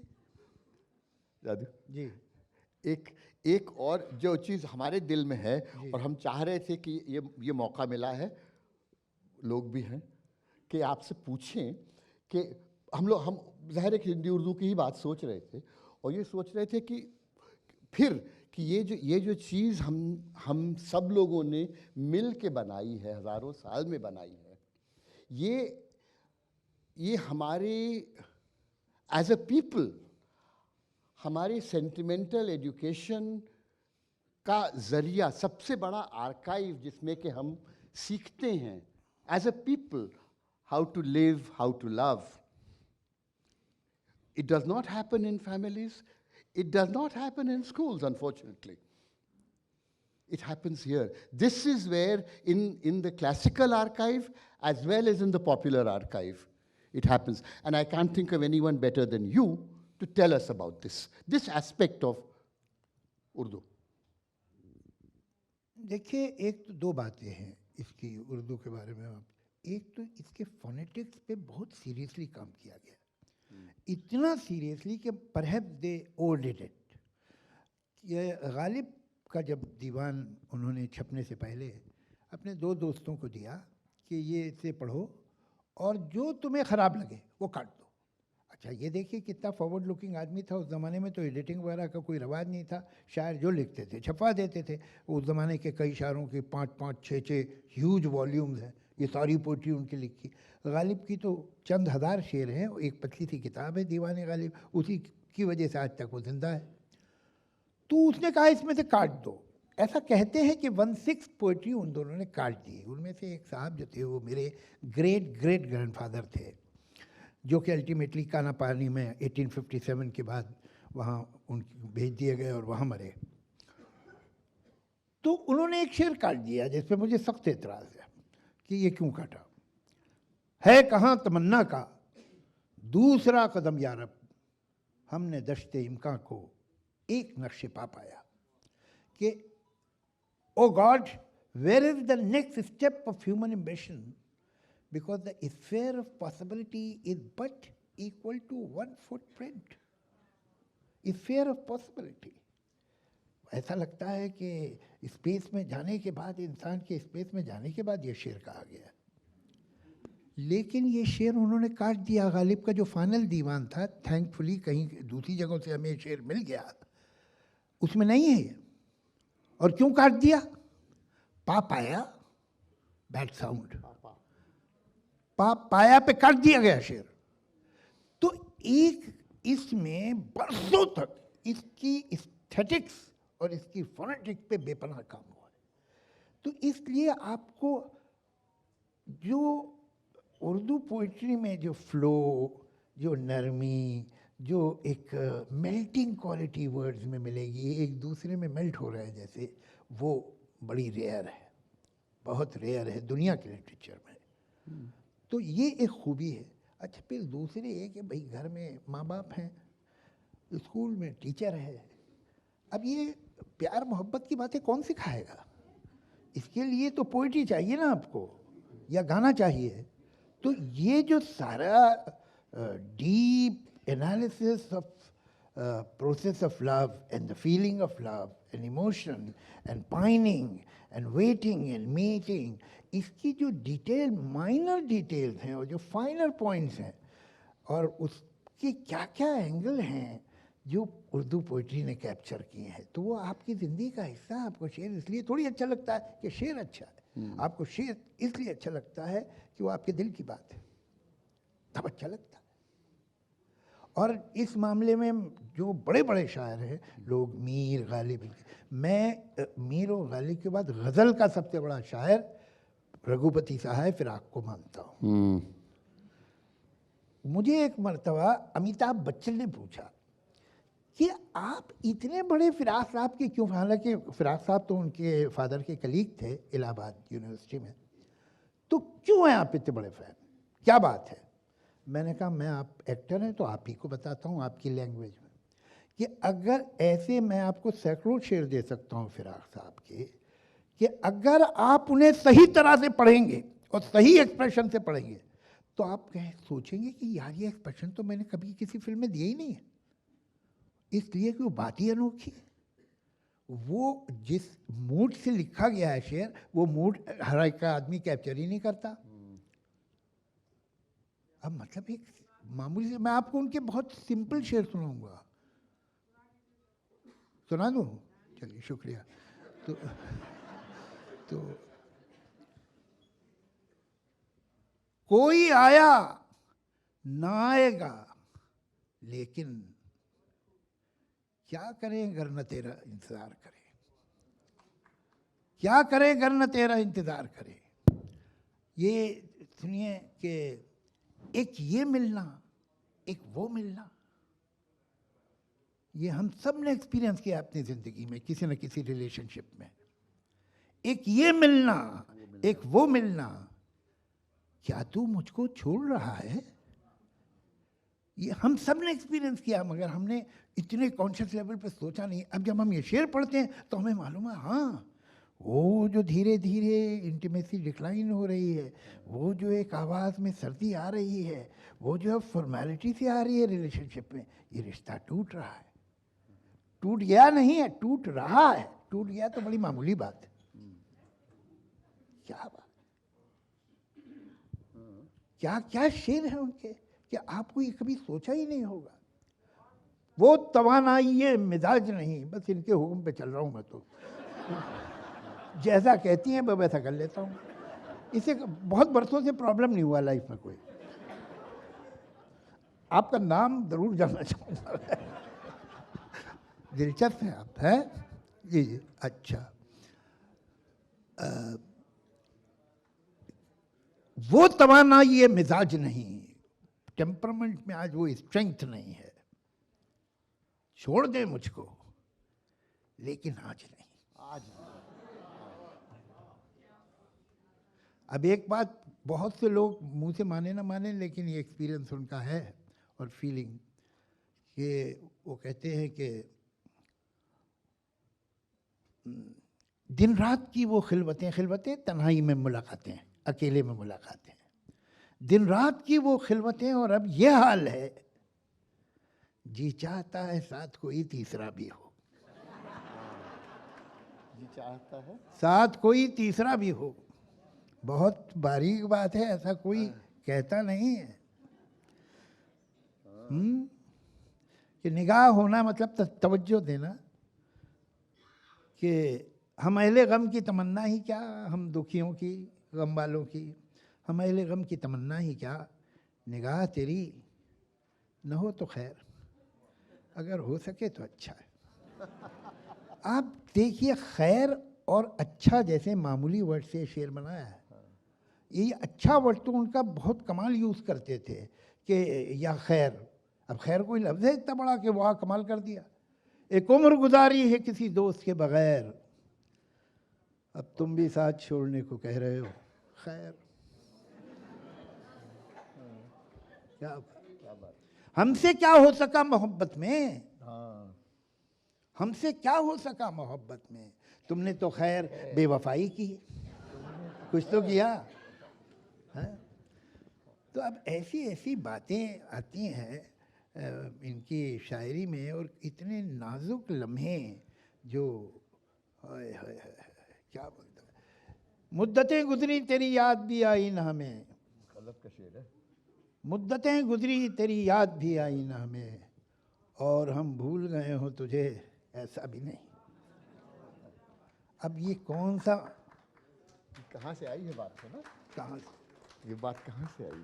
अच्छा, अब रंजिशें बेजा, रंजिश तो कॉमन वर्ड है, रंजिश सही ने कॉमन कर दिया उसे, खुन्नस, या इसमें है कि रंजिश मत लिखिए, खुन्नस लिखिए, अच्छा अच्छा, इस लिस्ट में है। हाँ, इस लिस्ट में देख लीजिएगा, लिस्ट तो मिल जाएगी आपको, उस पे है शायद नेट पे। तो रंजिश बेजा यानी बेकार की खुन्नस, मेहरबानी को मोहब्बत नहीं कहते हैं दोस्त, मेहरबानी को मोहब्बत नहीं कहते हैं दोस्त, आह मुझसे वो तेरी रंजिशें बेजा भी नहीं, कि अब वो भी नहीं रही जो एक बेकार की चुड़ थी जो तुझे मुझसे, अब वो भी नहीं रही, मेहरबान हो गया तो ऐसी, मतलब अब ये देखिए, दो दो लाइनें मैं आपको सुना रहा हूँ और पूरी बात हो रही है। यही गज़ल की खूबी है, और इसी, ये गज़ल जो है इसीलिए कोटेबल है इतनी, कि वो दो लाइन में पूरी बात कहती है। नहीं, और ये बात जो कि ज़बान में आ जाती है जावेद, वो जो उर्दू की रवानी, हम सब उसकी टेक्निकल ज़मीन न जानते हों, लेकिन हम सब पहचानते हैं कि अगर उर्दू से वाक़फ़ियत है तो आपकी ज़बान में एक तरह की रवानी, सिर्फ क्योंकि कान में ये बातें पड़ी हैं इसलिए ये कुछ एक रवानी आ जाती है ज़बान में, जी है ना? सही, ये तो है। और ये अब ऐसे मैंने एक बात कही थी इसमें रिश्ता में, कि गालिब पे कुछ वहाँ डिस्कशन था मेरा किसी के साथ, तो मैंने कहा कि गालिब जो है वो सिर्फ हिंदुस्तान में ही पॉसिबल था, गालिब हिंदुस्तान से बाहर नहीं हो सकता था। तो उन्होंने, भाई ऐसा क्यों कह रहे हैं, अब जीनियस से कहीं भी हो जाता। जो सेमेटिक रिलीजन्स हैं, जुडाइज़म, क्रिश्चियनिटी, इस्लाम, इनमें क्रिएटर और क्रिएशन अलग हैं। Creator is the master, he is the king, he is the जज, he will punish you someday और रिवॉर्ड यू, वो एक अलग है। जो वेदांत में क्रिएटर और क्रिएशन का कॉन्सेप्ट अलग नहीं है, वो एक ही है।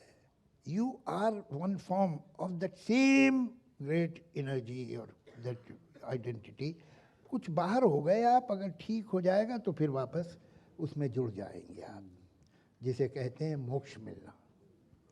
अब गालिब का शेर है, न था कुछ तो खुदा था, कुछ ना होता तो खुदा होता, डुबोया मुझको होने ने, न मैं होता तो क्या होता।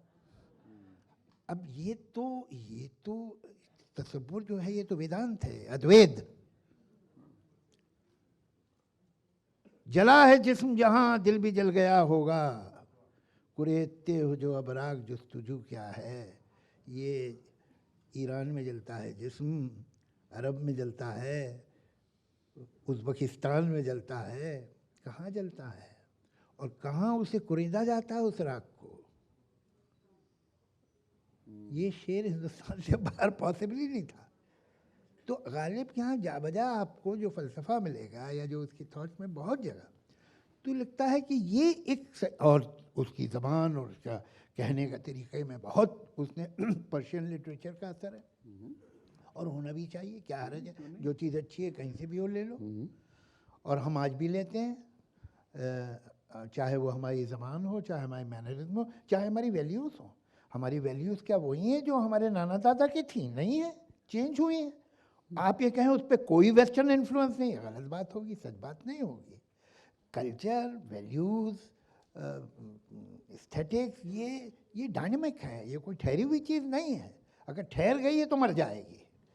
वो जिंदा है जब तक वो चेंज हो रही है, जब तक वो दूसरे धारों को शामिल कर रही है अपने अंदर, वो नदी बड़ी होती जाएगी, बड़ी होती जाएगी, और जिस दिन वो बंद कर दिया उसने अपने आप को चारों तरफ, वो सूख जाएगी। कल्चर तब तक जिंदा है जब तक चेंज हो रहा है, बढ़ रहा है। तो हम ये सोचें कि इसमें से ये बाहर से क्या क्या बाहर का निकालेंगे आप? निकल ही नहीं सकता, पॉसिबल ही नहीं, पॉसिबल ही नहीं है।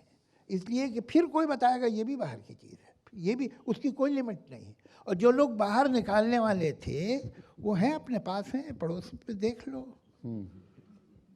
वो प्योर होना चाह रहे थे, उनके तो मुल्क का ही नाम है पाक है, तो वो कितने पाक हो गए आप देख लो। वो ठीक लगते हैं, आप भी पाक हो जाइए। है जी। जावेद साहब, ये हम जो हमको ये पर्चा पकड़ाया गया तो उसमें ये था कि कुछ और, क्योंकि जाहिर इन सब बातों के बाद लगता है कुछ लोगों के मन में भी कुछ, अरे वाह, जरूर जरूर है जरूर ना? जरूर इसलिए जरूर। एक हाँ हाँ, कम से कम प्लीज 10-15 मिनट तो will be honoured, will be honoured. इससे पहले तो मालूम होगा कि आप सुन रहे थे, जिससे बड़ी खुशी होगी हमें। फिर देखते हैं क्या होता है। ठीक है। तो अब ये माइक कैसे जाएगा मगर वहाँ तक? ये जिम्मा किसी और का है ना? तो जी जी, आप हैं, द फर्स्ट पर्सन। अच्छा, ओके। माइक वहाँ भेजिए। नहीं, इट्स सबको अनलाइकली। सबको सुनने में नहीं आएगा, आप भेजिए ना भाई, लंबे रास्ते से जा रहे हैं। चलो ठीक है। मेरा ये सवाल है कि जो अभी आपने एग्जाम्पल्स दिए उसमें उर्दू में 2 लाइनों में एक इमोशन व्यक्त हो जाता है, क्या हिंदी में नहीं हो सकता है? नहीं नहीं, ये 2 उर्दू की लाइनों में? खूबी नहीं है, ये गज़ल की खूबी हिंदुस्तानी। है। जैसे मराठी में भी गज़ल कहते हैं, गुजराती में भी गज़ल कहते हैं, पंजाबी में भी गज़ल कहते हैं, वहाँ भी यही है। आप पंजाबी जानती हैं? नहीं। नहीं जानती। बहरहाल मैं यकीन रखता हूँ कि यहाँ बहुत से लोग होंगे जानते होंगे। मैं एक बहुत अच्छा शेर आपको पंजाबी गज़ल का सुनाता हूँ। कुछ उंज भी रहवा औखियाँ सन, कुछ गलिज गमादा तौक भी सी। कुछ रास्ते भी मेरे मुश्किल थे और कुछ मेरे गले में गमों का तौक भी लटका हुआ था। कुछ उंज भी रहवा आँखियाँ सन, कुछ गलिज दमादा तौक भी थी। कुछ शहर दे लोग भी जालिम सन, कुछ सानू मरंदा शौक भी थी। तो ये गज़ल की खूबी, वो मैं आपको उर्दू की नहीं बता रहा था। गज़ल क्यों? अरे गज़ल तो बाद में आई है, दोहे क्या है? 2 लाइनों में क्या क्या कह दिया लोगों ने। क्या रहीमन मुश्किल आ पड़ी टेढ़े दोहू काम। अब आप देखिए, ये जो प्रॉब्लम, जो डायलेमा आज हमारा होगा, वो 500 साल पहले शायद लिख रहा है। ये पोएट लॉरेट था अकबर का। रहीमन मुश्किल आ पड़ी टेढ़े दोहू काम, सीधे से जग ना मिले उल्टे मिले न राम। देखिए, कोशिश तो कर रहे हैं कि उल्टे से मिल जाए। देखते यहाँ पे एक साहब, देखते हैं। हाँ, कोशिश तो कर रहे हैं, ये सच है। जी जी। हाँ, हेलो। हाँ, तो मैं सिर्फ मेरे 2 क्वेश्चन थे। एक तो ये कि apart from what we are talking, Urdu as a language in post colonial India, in this independent India, was totally neglected by the regime, because north India में जहाँ की वो एक बड़ी ज़बान थी, राइट आफ्टर इंडिया इंडिपेंडेंस होता है, Govind Ballabh Pant, who is the prime minister, chief minister of that province, comes up with an order कि कोई भी ऑफिस का काम उर्दू में नहीं होगा. You have to learn Hindi in order to do. Question, please. Yeah. So what I'm trying to say कि apart from state, ये rather than कि उर्दू इस तरीके के एक मजलिस की भाषा बने और यहाँ बैठकर हम इस पर सोचें कि क्यों मर गई, क्यों मर रही है, क्यों धीरे धीरे ख़त्म हो रही, क्योंकि मैं इस दौर से आता हूँ, हम लोगों को ये नहीं मिला मौका कि हम इसे पढ़ सकें, हम इसे समझ सकें, और ये कुछ बहुत ही लैविश और एग्जॉटिसिज्म जो इस लैंग्वेज के साथ एक और एसोसिएट होता है इस टाइम पे, खासकर जब एक बहुत बड़ा मेजॉरिटेरियन इम्पल्स है. मतलब 60s में मुस्लिम सोशल मूवीज़ बन रही हैं, उर्दू का इस्तेमाल सिनेमा में गज़ब का हो रहा है, इंस्टीट्यूशन से वो ख़त्म हो रही है, स्टेट से ख़त्म हो रही है. तो ये प्रॉब्लम, इस डायलेमा, इस पैराडॉक्स को कैसे एड्रेस किया जाए? आपकी मदर टंग उर्दू है? आपके पेरेंट्स उर्दू ही पढ़ते थे या पढ़ते हैं? क्या आपकी मदर टंग क्या है? भोजपुरी. भोजपुरी, अच्छा. और एजुकेशन आपको हिंदी में मिली? हाँ, हिंदी इंग्लिश. तो ये उर्दू से आपको दिलचस्पी कैसे पैदा हुई? नहीं, मैं सीरियस सवाल. क्योंकि उर्दू हमने पढ़ा, हिंदी में जब हम पढ़ने लगे, हम जो सुनते हैं, हमने जो सिनेमा देखा, जी, है ना, इन सारी चीज़ों से ये सही है। ये सही है कि जो रिजीम्स आई गई उनका रवैया उर्दू के साथ अच्छा नहीं रहा, कुछ का बहुत ऑब्वियसली, कुछ का इन अ वेरी सटल मैनर।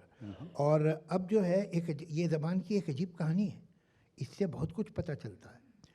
इस स्क्रिप्ट को पढ़ने वाले हिंदुस्तान में कम से कम होते जा रहे हैं और उर्दू को देवनागरी में पढ़ने वाले हर रोज़ बढ़ रहे हैं। जो उर्दू पोइट की किताब देवनागरी में छप जाती है वो 24 वॉल्यूम 25 वॉल्यूम एडिशन तो छपना बड़ी बात नहीं है, इतना छपती, इतनी पॉपुलर। आप पूछ लीजिए किसी पब्लिशर से, किसी दुकान पे जाके, कि जो उर्दू पोइट्स हैं उनकी जो देवनागरी में किताब आती है वो कैसे बिकती है। तो उसकी पॉपुलैरिटी आवाम में बढ़ रही है, घट नहीं रही है कि वो देवनागरी में अवेलेबल है, वो पढ़ पाते। अब वो क्या है कि स्क्रिप्ट तो स्कूल में सीख सकता था, तो वो स्कूल में अवेलेबल नहीं है उसे, वो कहीं भी नहीं है। मतलब मैंने अपने बचपन में जिन स्कूलों में पढ़ा है और वहाँ उर्दू भी थी, अब नहीं है, तो वो सब ठीक है, ये भी है। लेकिन मैं एक बात बाय एंड लार्ज आपसे नहीं, उर्दू वालों से पूछना चाहता हूँ, आपके स्कूल में तो बच्चे को रिलीजन भी नहीं सिखाया जाता है, तो आप बच्चे को रिलीजन कैसे बताते हैं? आप अपने बच्चे को अपनी मदर टंग क्यों नहीं सिखाते? आपको इतनी मोहब्बत है उससे, क्यों नहीं सिखाते? किसने रोका आपको? ज़रा देखिए, जूस को देखिए, 2000 साल तक उनके पास जगह नहीं थी कि हिब्रू लैंग्वेज को रखें कहाँ, रखने की जगह नहीं थी, और 2000 साल तक उन्होंने लैंग्वेज को जिंदा रखा, इसलिए कि उन ज़बान से मोहब्बत थी। आपको अगर उर्दू से मोहब्बत जिसे भी है, वो प्राइवेटली भी पढ़ सकता है, और घर में आप अपने बच्चे को उर्दू पढ़ाइए ना, किसने मना किया आपको? या आप उम्मीद भूल जाइए कि आपको इस्टेब्लिशमेंट या pass that B will help you in this, they want, it doesn't suit them for many reasons. मगर आपको तो मोहब्बत है, आप उर्दू किताबें खरीदिए, उर्दू मैगजीन्स लगाइए, किसने रोका है आपको? सिर्फ ज़बानी बात और पूरी जिम्मेदारी सरकार पे रख देना जो है वो ठीक नहीं है। मैं भी जी, हाँ, नहीं, ये जो आप जो बात कह रहे हैं ना, ये असल में तो ये पैराडॉक्स समझने की ज़रूरत है। क्योंकि एक तरफ तो बिल्कुल आप सही कह रहे हैं कि इंस्टीट्यूशनल लेवल पे एक तरह की निग्लेक्ट, हॉस्टिलिटी, कुछ कहिए, ये एक चीज़ है जो कि समझना ज़रूरी है। और हम लोगों ने कुछ इशारतन कुछ बातें कही हैं कि ये एक इट्स अ मिसअंडरस्टैंडिंग और वर्स, ठीक है। लेकिन दूसरी तरफ, और ये it is an important part of the paradox, कि along with the neglect of Urdu, the official neglect of Urdu, there is also an enormous longing for it. वो उर्दू के नाम पे आप कुछ कीजिए, हुजूम इकट्ठा हो जाता है, ठीक है। ये भी फिर समझने की चीज़ है कि आखिर क्यों, वो क्या चीज़ है जिसका कि प्रतीक उर्दू ज़बान बन के आती है हमारे सामने। और जो मैं अर्ज़ कर रहा था कि ये क्योंकि ये एक तरह से it is a distillation of what is the finest about my civilisation, कि इसमें दुनिया भर से हमने इन्फ्लुएंसेस ली हैं और उनको मिलाते हुए हज़ारों साल में खूबसूरत चीज़ बनाई है। और ये बात कॉन्शियसली अनकॉन्शियसली लोग पहचानते हैं, और इसलिए सुन के अच्छा लगता है, सुनने की कोशिश करते हैं, सही गलत, लेकिन कहने की कोशिश करते हैं कम से कम, क्योंकि eloquence comes in, we long for eloquence. हमारी पब्लिक लाइफ में एलोक्वेंस भले ही कम होती जा रही हो, लेकिन एलोक्वेंस की भूख बरकरार है, और वो भूख, this archive is one place where we find that satisfaction. इसलिए the death of Urdu is always talked about. Urdu के बारे में हमेशा उर्दू का मरसिया ही पढ़ा जाता है। उर्दू मरवर नहीं रही है, उर्दू बहुत अच्छी खासी चल रही है ना। हम तो देखते हैं कि हमारे मुल्क का public culture is rich with Urdu, है ना। इट्स नॉट शोर, सॉरी। को एसोसिएट कर दे तो इनकरेजमेंट मिलेगा। Exactly. देखिए, दो बातें हैं। क्या होता है कि एक तो देवनागरी में बहुत छपरा है उर्दू लिटरेचर, और वो बहुत पढ़ा जाता है, बहुत ज़्यादा पढ़ा जाता है। लेकिन उसके बावजूद भी हम किसी ज़बान के आदमी से ये नहीं कह सकते, या हमारा हक नहीं बनता कि तुम अपनी स्क्रिप्ट छोड़ दो। क्यों छोड़ दे? वो स्क्रिप्ट जैसी भी है वो उसे पसंद है, और उसको पूरा राइट है अपनी स्क्रिप्ट रखने का। इसलिए मैं ये नहीं कहना चाहता हूँ, और कभी नहीं कहूँगा किसी उर्दू के आदमी से आप ऐसा कीजिए कि अब आप देवनागरी में लिखा कीजिए। आप इसमें लिखना चाहते हैं आप लिखिए, देवनागरी में लिखना चाहें देवनागरी में लिखिए, आपकी मर्ज़ी। हम तो कहते हैं तीसरा ही डिपार्टमेंट खोलो, ना वो हिंदी ना वो उर्दू, हिंदुस्तानी। उसमें हो सकता है हम देवनागरी ले लें, और हो सकता है हम रोमन ले लें, हमारा कोई ठिकाना नहीं है। तो बात ये है, हम उर्दू स्क्रिप्ट को चैलेंज करना नहीं चाहते, और ये जो भी करें वो बात फेयर नहीं है। आप क्यों मुझसे कह रहे हैं कि भाई आप देवनागरी में लिखिए, उर्दू स्क्रिप्ट में मत लिखिए? क्यों? वजह क्या है?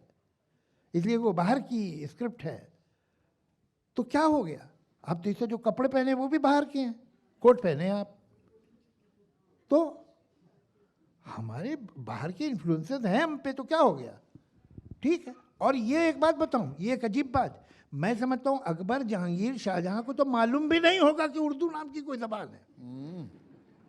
I am quite convinced about it, इसलिए कि उनके दरबार में तो थी नहीं, वो वजूद ही नहीं था उनके यहाँ।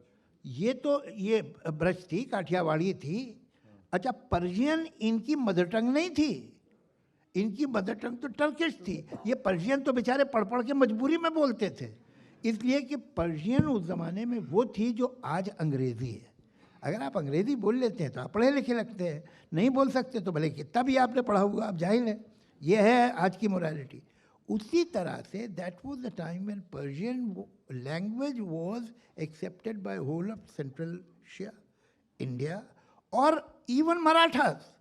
ये पेशवा वर्ड ही पर्शियन का है, इनकी कोर्ट्स में भी पर्शियन चलती थी।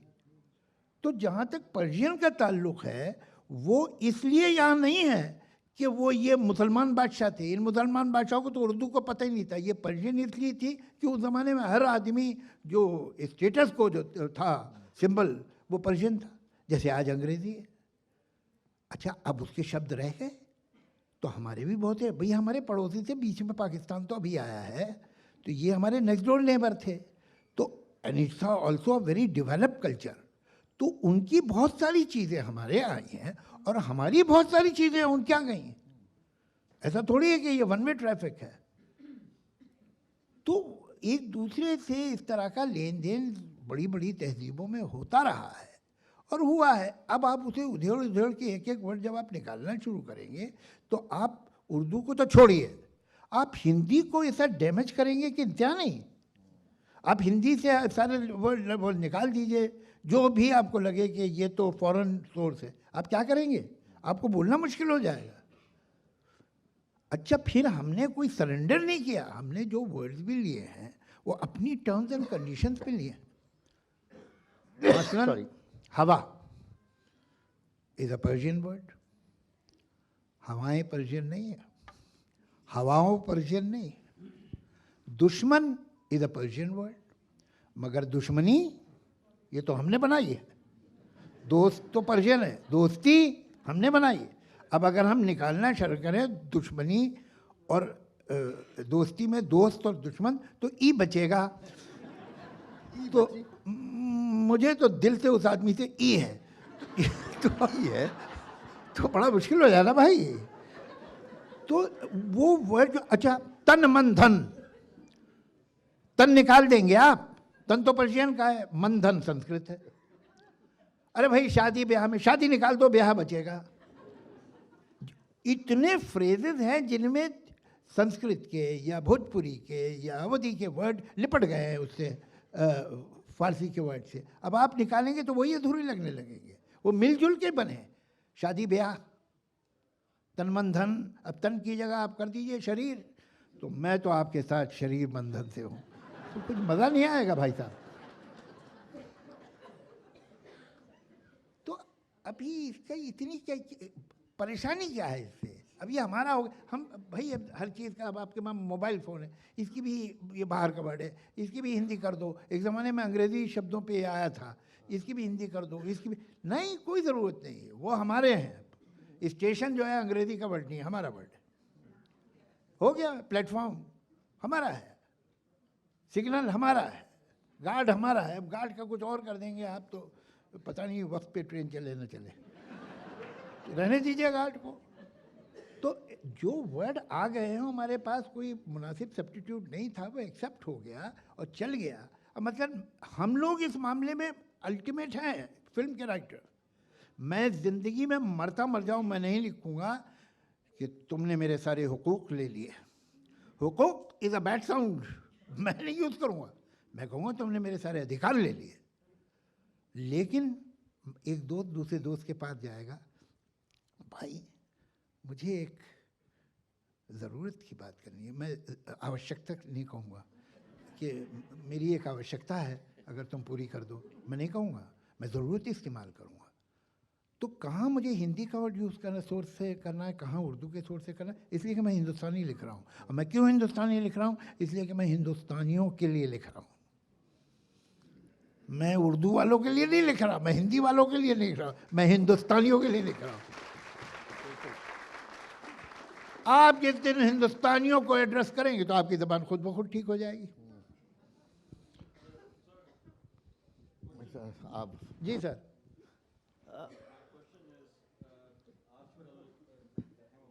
माइक दे दीजिए, माइक आपके मिल हाथ में चुका लिए है। हुए हैं। हाथ में लिए हुए हैं माइक।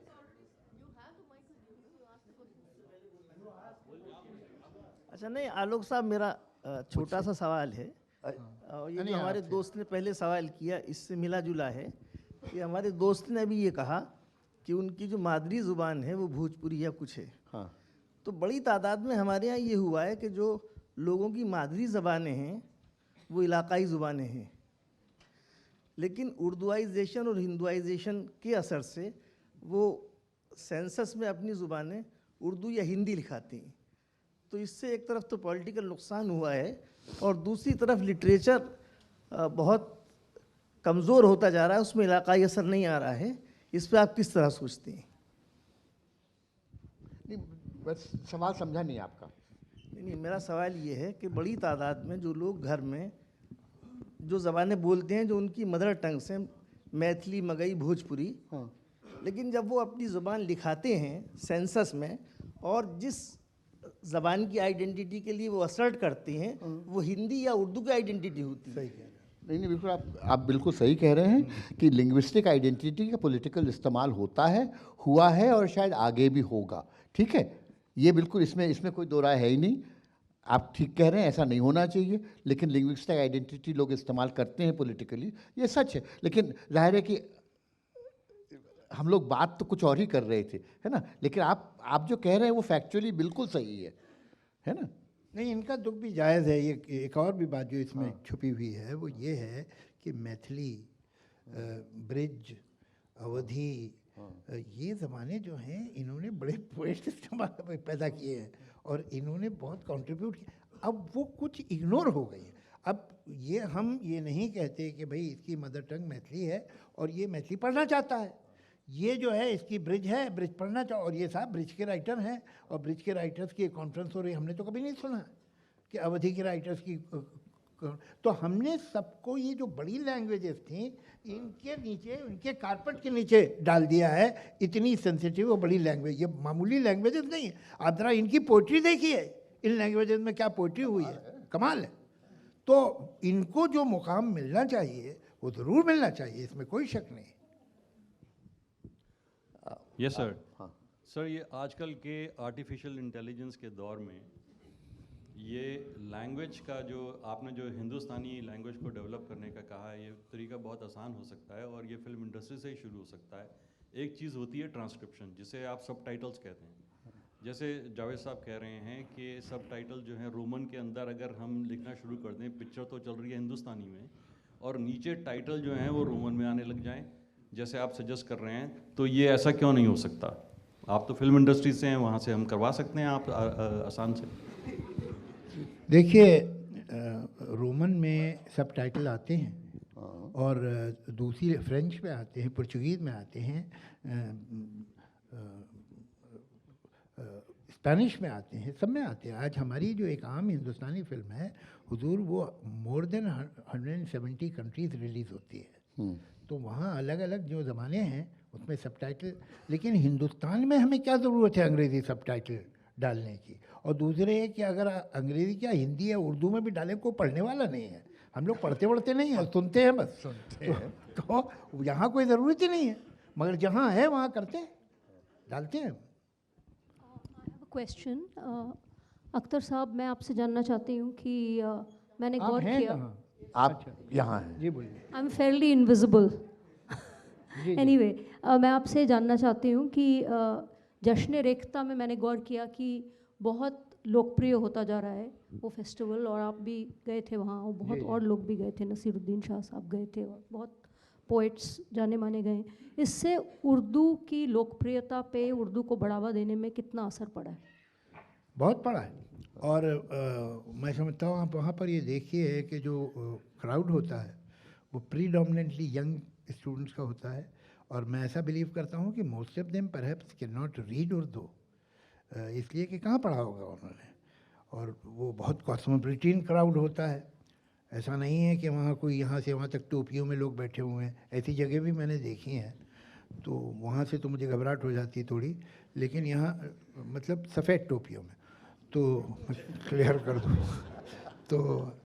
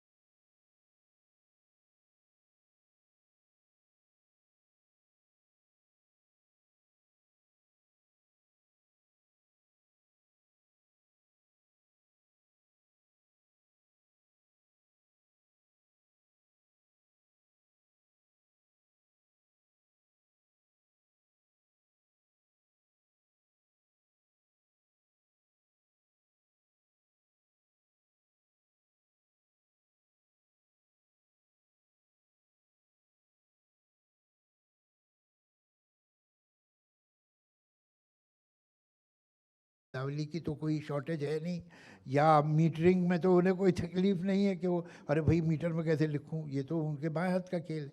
नज़में अच्छी बुरी या मॉडल इमॉडल तब होती हैं जब उसमें कोई नया एंगल आ जाए, जैसे साहिर की ताजमहल है, जैसे फैज़ की उस वक्त बिल्कुल नई बात थी, मुझसे पहली सी मोहब्बत मेरी महबूब न मांग, जबकि इतनी रोमांटिक पोइट्री हो रही, उसने कहा भाई मैं पहला जैसा लव अभी नहीं ले सकता हूँ, लाइफ में और भी प्रॉब्लम्स है। This is the poem. तो आप लोगों ने सुनी वो नज़्म? तो है कि और भी गम है ज़माने में मोहब्बत के सिवा, राहतें और भी हैं वसल की राहत के सिवा, मुझसे पहली सी मोहब्बत मेरे महबूब न मांग। कि भाई दुनिया में और भी आराम है मोहब्बत के अलावा, और भी प्रॉब्लम्स हैं, तो मैं भी उसे देख रहा हूँ, तो मैं कैसे उतनी मोहब्बत करूँ जितनी पहले करा। मगर फैज़ का के बारे में जिक्र ही निकला है तो आपको बताऊँ, कुछ उनकी शायरी भी सुना दूँ। आज जब फ़िराक की सुनाई है तो फैज़ की भी सुना दें एक। जी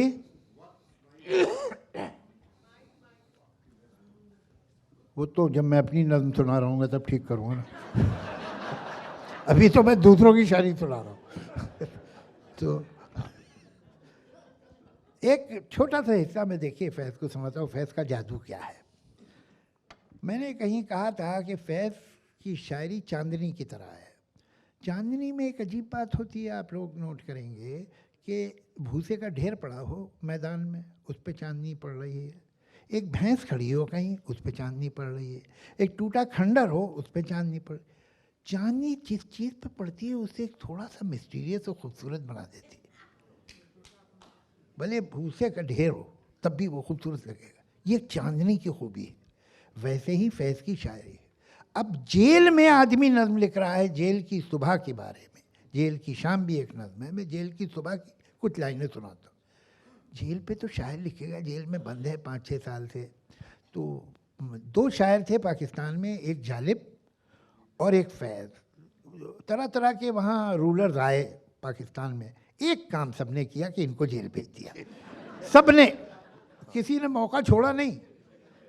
जो भी आता था एक काम करता था कि इनको जेल में भेज देता। तो ये जेल में उसने नज़्म लिखी है, जिंदा यानी जेल की सुबह। अब इसका लंबा नज़्म तो लंबी, मैं कुछ लाइनें आपको सुनाता हूँ, और 2-4 वर्ड जो है वो अनफेमिलियर होंगे, वो मैं ट्रांसलेट कर दूँगा।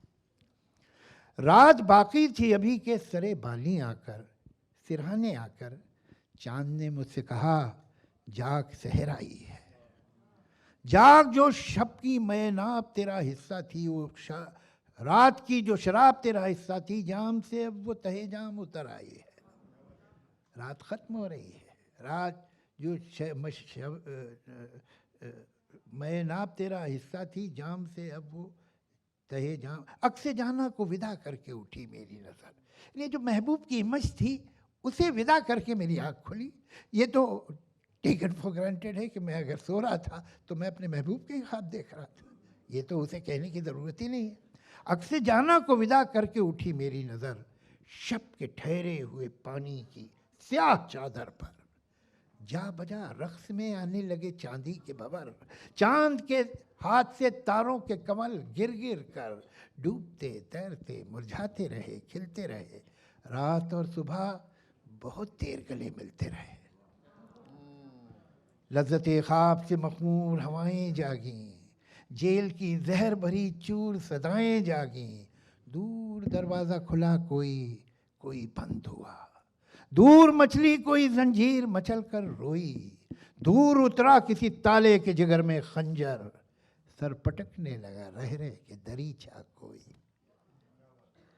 ये डिस्क्राइब कर रहा है जेल की सुबह को। आप ज़रा देखिए, ये जादूगरी थी उसकी। Very very aesthetic poet. क्या मतलब, जो गम की बात भी है, जो दुख की बात भी है, वो भी इस तरह से कहता था कि आपको एक अजीब दुनिया में ले जाता था। Great poet. अब इन लोग के बाद अपनी सुनाऊंगा दोहरी, मतलब आप गुलाब जामुन के बाद टॉफ़ी खाना चाह रहे हैं। चलिए, जी जी जी जी बिल्कुल बिल्कुल, मैं सुना देता हूँ। सर आप याद दें, एक साहब वो गए थे, वो जा रहे थे छतरी लेने, तो बीवी ने कहा देखो ये दुकानदार बड़े बेईमान होते हैं, वो जितना भी कहें उसका तुम आधा ही कहना। तो बाहर गए, सड़क पे छतरी बिक रही थी, तो कहने लगे कि कितने की? कहने 16 रुपए की। कहले 8 रुपए में देते हो? अब उसकी भी शायद बोनी नहीं हुई थी, झंझट झड़ते करते करते वो 8 पे आ गया। जैसे ही उसने 8 कहा तो कहने लगे 4 रुपए में लूँगा। तो वो झुंझला गया, कहने लगे आप तो मुफ्त ले जाइए। कहने फिर तो 2 लूँगा। तो अब मैं भी आपको 2 नज़्में सुनाऊंगा। एक मैं इसलिए सुना रहा हूं कि आज हम बात कर रहे थे ज़बान पे, तो आज ज़बानों के साथ क्या हो रहा है ये मैं आपको सुनाना चाहता हूँ। ये कहाँ बात हो रही है?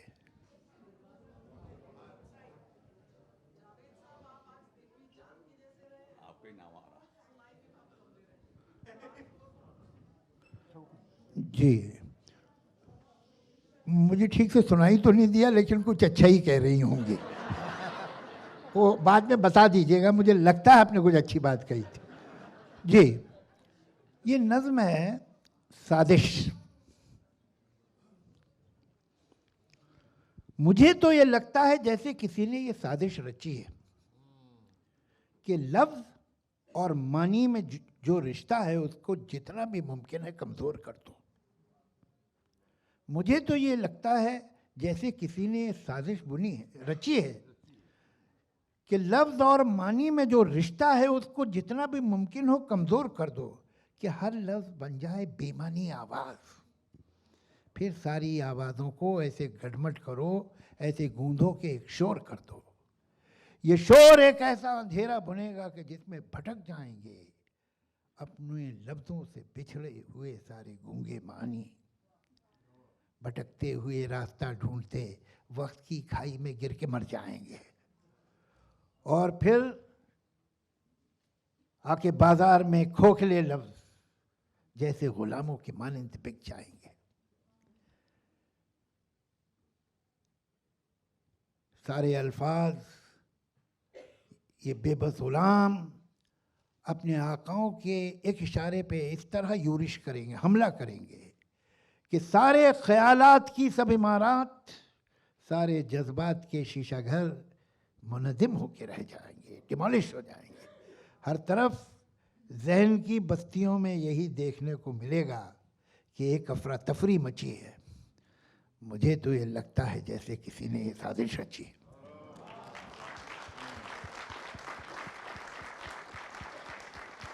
मगर कोई है जो ये कहता है मुझसे कि हैं आज भी लफ्ज़ मानी के ऐसे परिस्तार और शैदा जो मानी को यूं बेज़बां लफ्ज़ को ऐसे नीलाम होने न देंगे।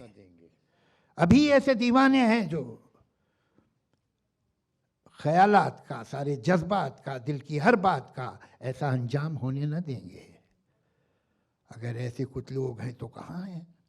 वो दुनिया के जिस कोने में हैं जहाँ हैं, उन्हें ये बता दो कि लफ्ज़ और मानी बचाने की खातिर ज़रा सी ही मोहलत बची है। मुझे तो ये लगता है जैसे किसी ने ये साजिश रची है।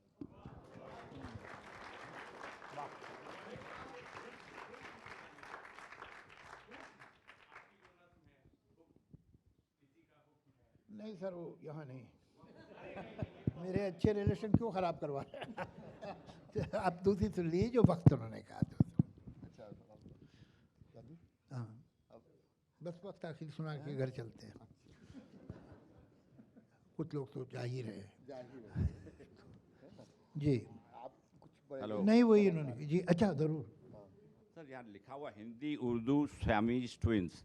आपका लंबा एक लड़की को देखा तो ऐसा लगा, उसमें तो हिंदी उर्दू, कितनी हिंदी है कितनी उर्दू है, जो कुछ भी है इतना ज़्यादा पॉपुलर हुआ। सबसे बड़ा एग्जाम्पल है हिंदी उर्दू सियामीज ट्विंस।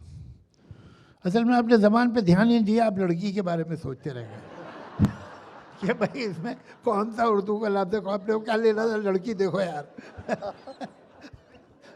चलिए ठीक, ये भी सही, अच्छी बात है, आदमी को ऐसे ही रहना चाहिए। अच्छा अच्छा, जी मैं पूछना चाह रहा था, आप कह रहे थे नॉर्दर्न इंडिया ने अपना लगेज प्लेटफॉर्म से छोड़ दिया, तो देखिए तमिलनाडु, महाराष्ट्र, बंगाल में एक भाषा से लगाव है, तो ये नॉर्दर्न इंडिया जो आपने कहा, ये नॉर्दर्न इंडिया में ऐसे क्यों ज़्यादा हुआ? ये बहुत वैलिड क्वेश्चन है, बहुत वैलिड कि हमें अपने कल्चर, अपनी ज़बान से वो लॉयल्टी क्यों नहीं है जो दूसरी जगहों पे पाई जाती है। ये बहुत इम्पोर्टेंट सवाल है और मैं आपसे ईमानदारी से कहता हूँ कि मेरे पास उसका कोई मुकम्मल जवाब नहीं है, लेकिन ये सवाल आपने किया है, इस पर मैं सोचूंगा ज़रूर। और जैसे आलोक राय साहब हैं, ऐसे लोगों से मैं पूछता रहता हूँ, तो बाद में फिर अपने नाम से बोलता हूँ, तो मैं इनसे भी बात करूँगा इस बारे में। ये सही बात है, आप बहुत, it's a very valid question, but I am afraid I can't give you a complete perfect answer, I must accept it. I have just one comment. मतलब sorry, I have one comment. It's a very important question. लेकिन मज़े की बात ये है कि जिस चीज़ को हम कल्चरल नेशनलिज्म कहते हैं उसकी ज़मीन यही है, लेकिन सवाल ये उठता है कि कल्चरल नेशनलिज्म का कल्चर क्या है, वो प्लेटफॉर्म पर छूट गया है ना, कि जो what is the corresponding culture of cultural nationalism? I don't know. है ना? I don't think anybody knows. Something else has happened. But it's an important question, and I think we'll have to leave it there for now. जी जी, अब हाँ बोलिए। अब आखिरी detail में बताइए लोगों को, कोई जल्दी नहीं। जी जी, आपके पास माइक नहीं है, लोग सुनेंगे कैसे? अरे भाई मैंने सुन लिया, और क्या चाहिए आपको? देखिए दिलचस्प बात है कि सर ने तो सुन ही लिया जी। वैसे मेरा प्रोफेशन एक सर्जन का है, लेकिन मुझे उर्दू से ख़ास प्यार है। मैं लखनऊ की रहने वाली हूँ और मैं ये जानना चाहती हूँ कि सर आप खाते क्या हैं? आपकी मेमोरी इतनी अच्छी है, कुछ हमें ज्ञान दें तो हम भी अपने पेशेंट्स को कुछ बताएं कि इस मेमोरी के लिए, इतनी लाजवाब आपकी मेमोरी है कि मैं जानना चाहूँगी कि आप क्या स्पेशल खाना खाते हैं, डाइट आपकी क्या आप है? गलत समझ रही हैं कि मेरी मेमोरी बहुत अच्छी है, ऐसा है नहीं। मैं आपको बताऊं, नहीं सर, अगर आप मुझसे पूछेंगी कि मेरी कार का फ़ोन नंबर क्या है, कार का मुझे नहीं याद, और मुझे अपनी किसी कार का नंबर कभी याद नहीं रहा है, मुझे टेलीफोन नंबर याद नहीं रहते हैं। और अब मैं एक नया डेवलपमेंट देख रहा हूँ कि मुझे चेहरा याद रहता है, बात याद रहती है, मैं नाम भूल जाता हूँ लोगों का, विच इज़ वेरी बैड। असल में मेमोरी अच्छी बुरी नहीं होती, होता यह है कि आप किस चीज़ में इंटरेस्टेड है। जी जी, जब आप इंटरेस्टेड, देखिए एक बच्चा है वो ज्योग्राफी में वीक है, तो उसको माँ बाप ने एक टीचर रख दिया, उनका भाई ऐसे ज्योग्राफी पढ़ाते रहिए, तो उसे कहा कि अच्छा, उसे बेटा यूरोप का नक्शा दिखाया, जर्मनी है, फ्रांस है वो, और उसे फिर बताओ ये कर रटाया। वो स्कूल गया, वो नहीं बता पाया जर्मनी कहाँ है। वही बच्चा अखबार में जो आता ना, एक सिर्फ नाक, एक नाक सिर्फ कान, इधर से प्रोफाइल आधा, वो बता देगा ये हेमा मालिनी की आँखें है, ये धर्मेंद्र की नाक है। He is reconstructing the whole face by looking at the eye. तो क्या अच्छी मेमोरी है उसकी, देखिए, मगर उसको ये नहीं मालूम जर्मनी कहाँ है। तो it's a matter of interest. First of all we don't listen. हमारा बेसिक प्रॉब्लम ये है कि वी वेट टू टॉक, कि भाई अब ये ख़त्म करें तो मैं बोलूँ, तो मैं तो सुन ही नहीं रहा हूँ कि कह क्या रहे हैं, तो याद कैसे होगा? अगर आप जब आदमी बोल रहा है उसे सुने कि कह क्या रहा है, तो आपको याद रहेगा। दो लोगों की बात बहुत ध्यान से सुना कीजिए, एक जिनसे आप अग्री करती हैं और एक जिनसे आप डिसअग्री करती हैं। जो डिसअग्री करके जब उसे खूब बोलने दीजिए, ताकि उसकी गलतियाँ निकाल के आप काउंटर पॉइंट दे सकें। उसे कम बोलने देंगी तो कम गलतियाँ करेगा। एक दूसरे, एक के अच्छी तरह आप सुनेंगी, अच्छी तरह आप पढ़ेंगी, तो आपको याद रहेगा। अगर आप पढ़ते वक्त या सुनते वक्त ही आपका ध्यान आधा है तो कैसे याद रहेगा? और जिन चीज़ों में ध्यान नहीं, मैं बहुत चीज़ों जिनसे मुझे दिलचस्पी नहीं है, मतलब मैं आपको यहाँ बैठ के बताऊँ तो आप कहेंगे झूठ बोल रहे, मुझे यही नहीं मालूम कि मेरा बैंक कहाँ है, मुझे ये नहीं पता कि मेरा पैसे कितने हैं भी कि नहीं है। मैं उन चीज़ों में इंटरेस्टेड नहीं हूँ। मैं जिस चीज़ में इंटरेस्ट, मुझे पैराग्राफ्स याद रहते हैं, प्रोज पोइट्री याद करना तो आसान है। If I see a film, I like a scene, मुझे पूरा सीन याद रहता है, dialogue, because I am interested. अब देखिए मेरी जो बातें आप कभी नहीं भूलेंगी, इसलिए कि आप इंटरेस्टेड हैं।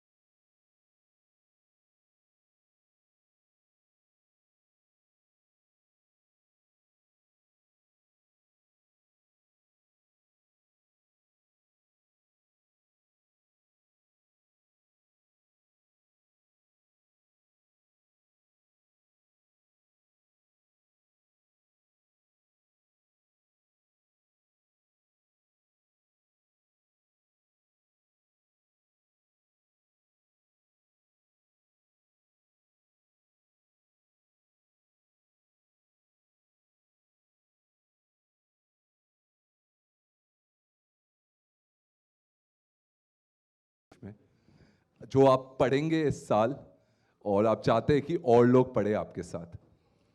अंग्रेजी में आप पढ़िए God delusion by Richard Dawkins.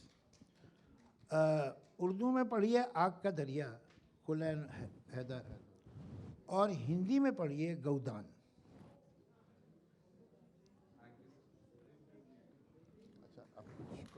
अच्छा, मैं जल्दी से उन्नन सुना देता हूँ सर, वक्त हो रहा है, वक्त ही टाइटल है पोएम का, सुनिए। इजाज़त है?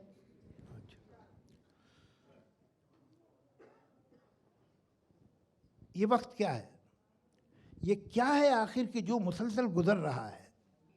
ये जब न गुजरा था तब कहाँ था? कहीं तो होगा। गुजर गया है तो अब कहाँ है? कहीं तो होगा। कहाँ से आया, किधर गया है? ये कब से कब तक का सिलसिला है? ये वक्त क्या है? ये वाक़ये, हादसे, तसादुम, these incidents, these accidents, these conflicts, every joy, every sorrow, every pain, every pleasure, ये वाक़ये, हादसे, तसादुम, हर एक गम और हर एक मसरत, हर एक अज़ियत, हर एक लज्जत, हर एक तबस्सुम, हर एक आंसू, हर एक नगमा, हर एक खुशबू, वो ज़ख्म का दर्द हो कि वो लम्स स्पर्श का जादू, खुद अपनी आवाज़ हो कि माहौल की सदाएं, ये जहन में बनती और बिगड़ती हुई फ़ज़ाएं, वो फ़िक्र में आए ज़लज़ले हों कि दिल की हलचल, तमाम एहसास, सारे जज्बे, ये जैसे पत्ते बहते पानी की सतह पर जैसे तैरते हैं, अभी यहाँ है, अभी वहाँ है, और अब है ओझल। दिखाई देता नहीं है लेकिन ये कुछ तो है जो कि बह रहा है। ये कैसा दरिया है, किन पहाड़ों से आ रहा है, ये किस समंदर को जा रहा है? ये वक्त क्या है? कभी कभी मैं ये सोचता हूँ कि चलती गाड़ी से पेड़ देखो तो ऐसा लगता है दूसरी समझ जा रहे, मगर हकीकत में पेड़ अपनी जगह खड़े हैं। कभी कभी मैं ये सोचता हूँ कि चलती गाड़ी से पेड़ देखो तो ऐसा लगता है दूसरी समझा रहे हैं, मगर हकीकत में पेड़ अपनी जगह खड़े हैं। तो क्या ये मुमकिन है सारी सदियां कतार अंदर कतार अपनी जगह खड़ी हों, ये वक्त साकित हो और हम ही गुजर रहे हों? इस एक लम्हे में सारे लम्हे, तमाम सदियां छुपी हुई हों, ना कोई आइंदा ना गुज़िश्ता। जो हो चुका है वो हो रहा है, जो होने वाला है हो रहा है। मैं सोचता हूँ कि क्या ये मुमकिन है सच ये हो कि सफ़र में हम हैं, गुज़रते हम हैं, जिसे समझते हैं हम गुज़रता है वो थमा है, गुज़रता है या थमा हुआ है, इकाई है या बटा हुआ है मुंजमद या पिघल रहा है। किसे खबर है, किसे पता है ये वक्त क्या है?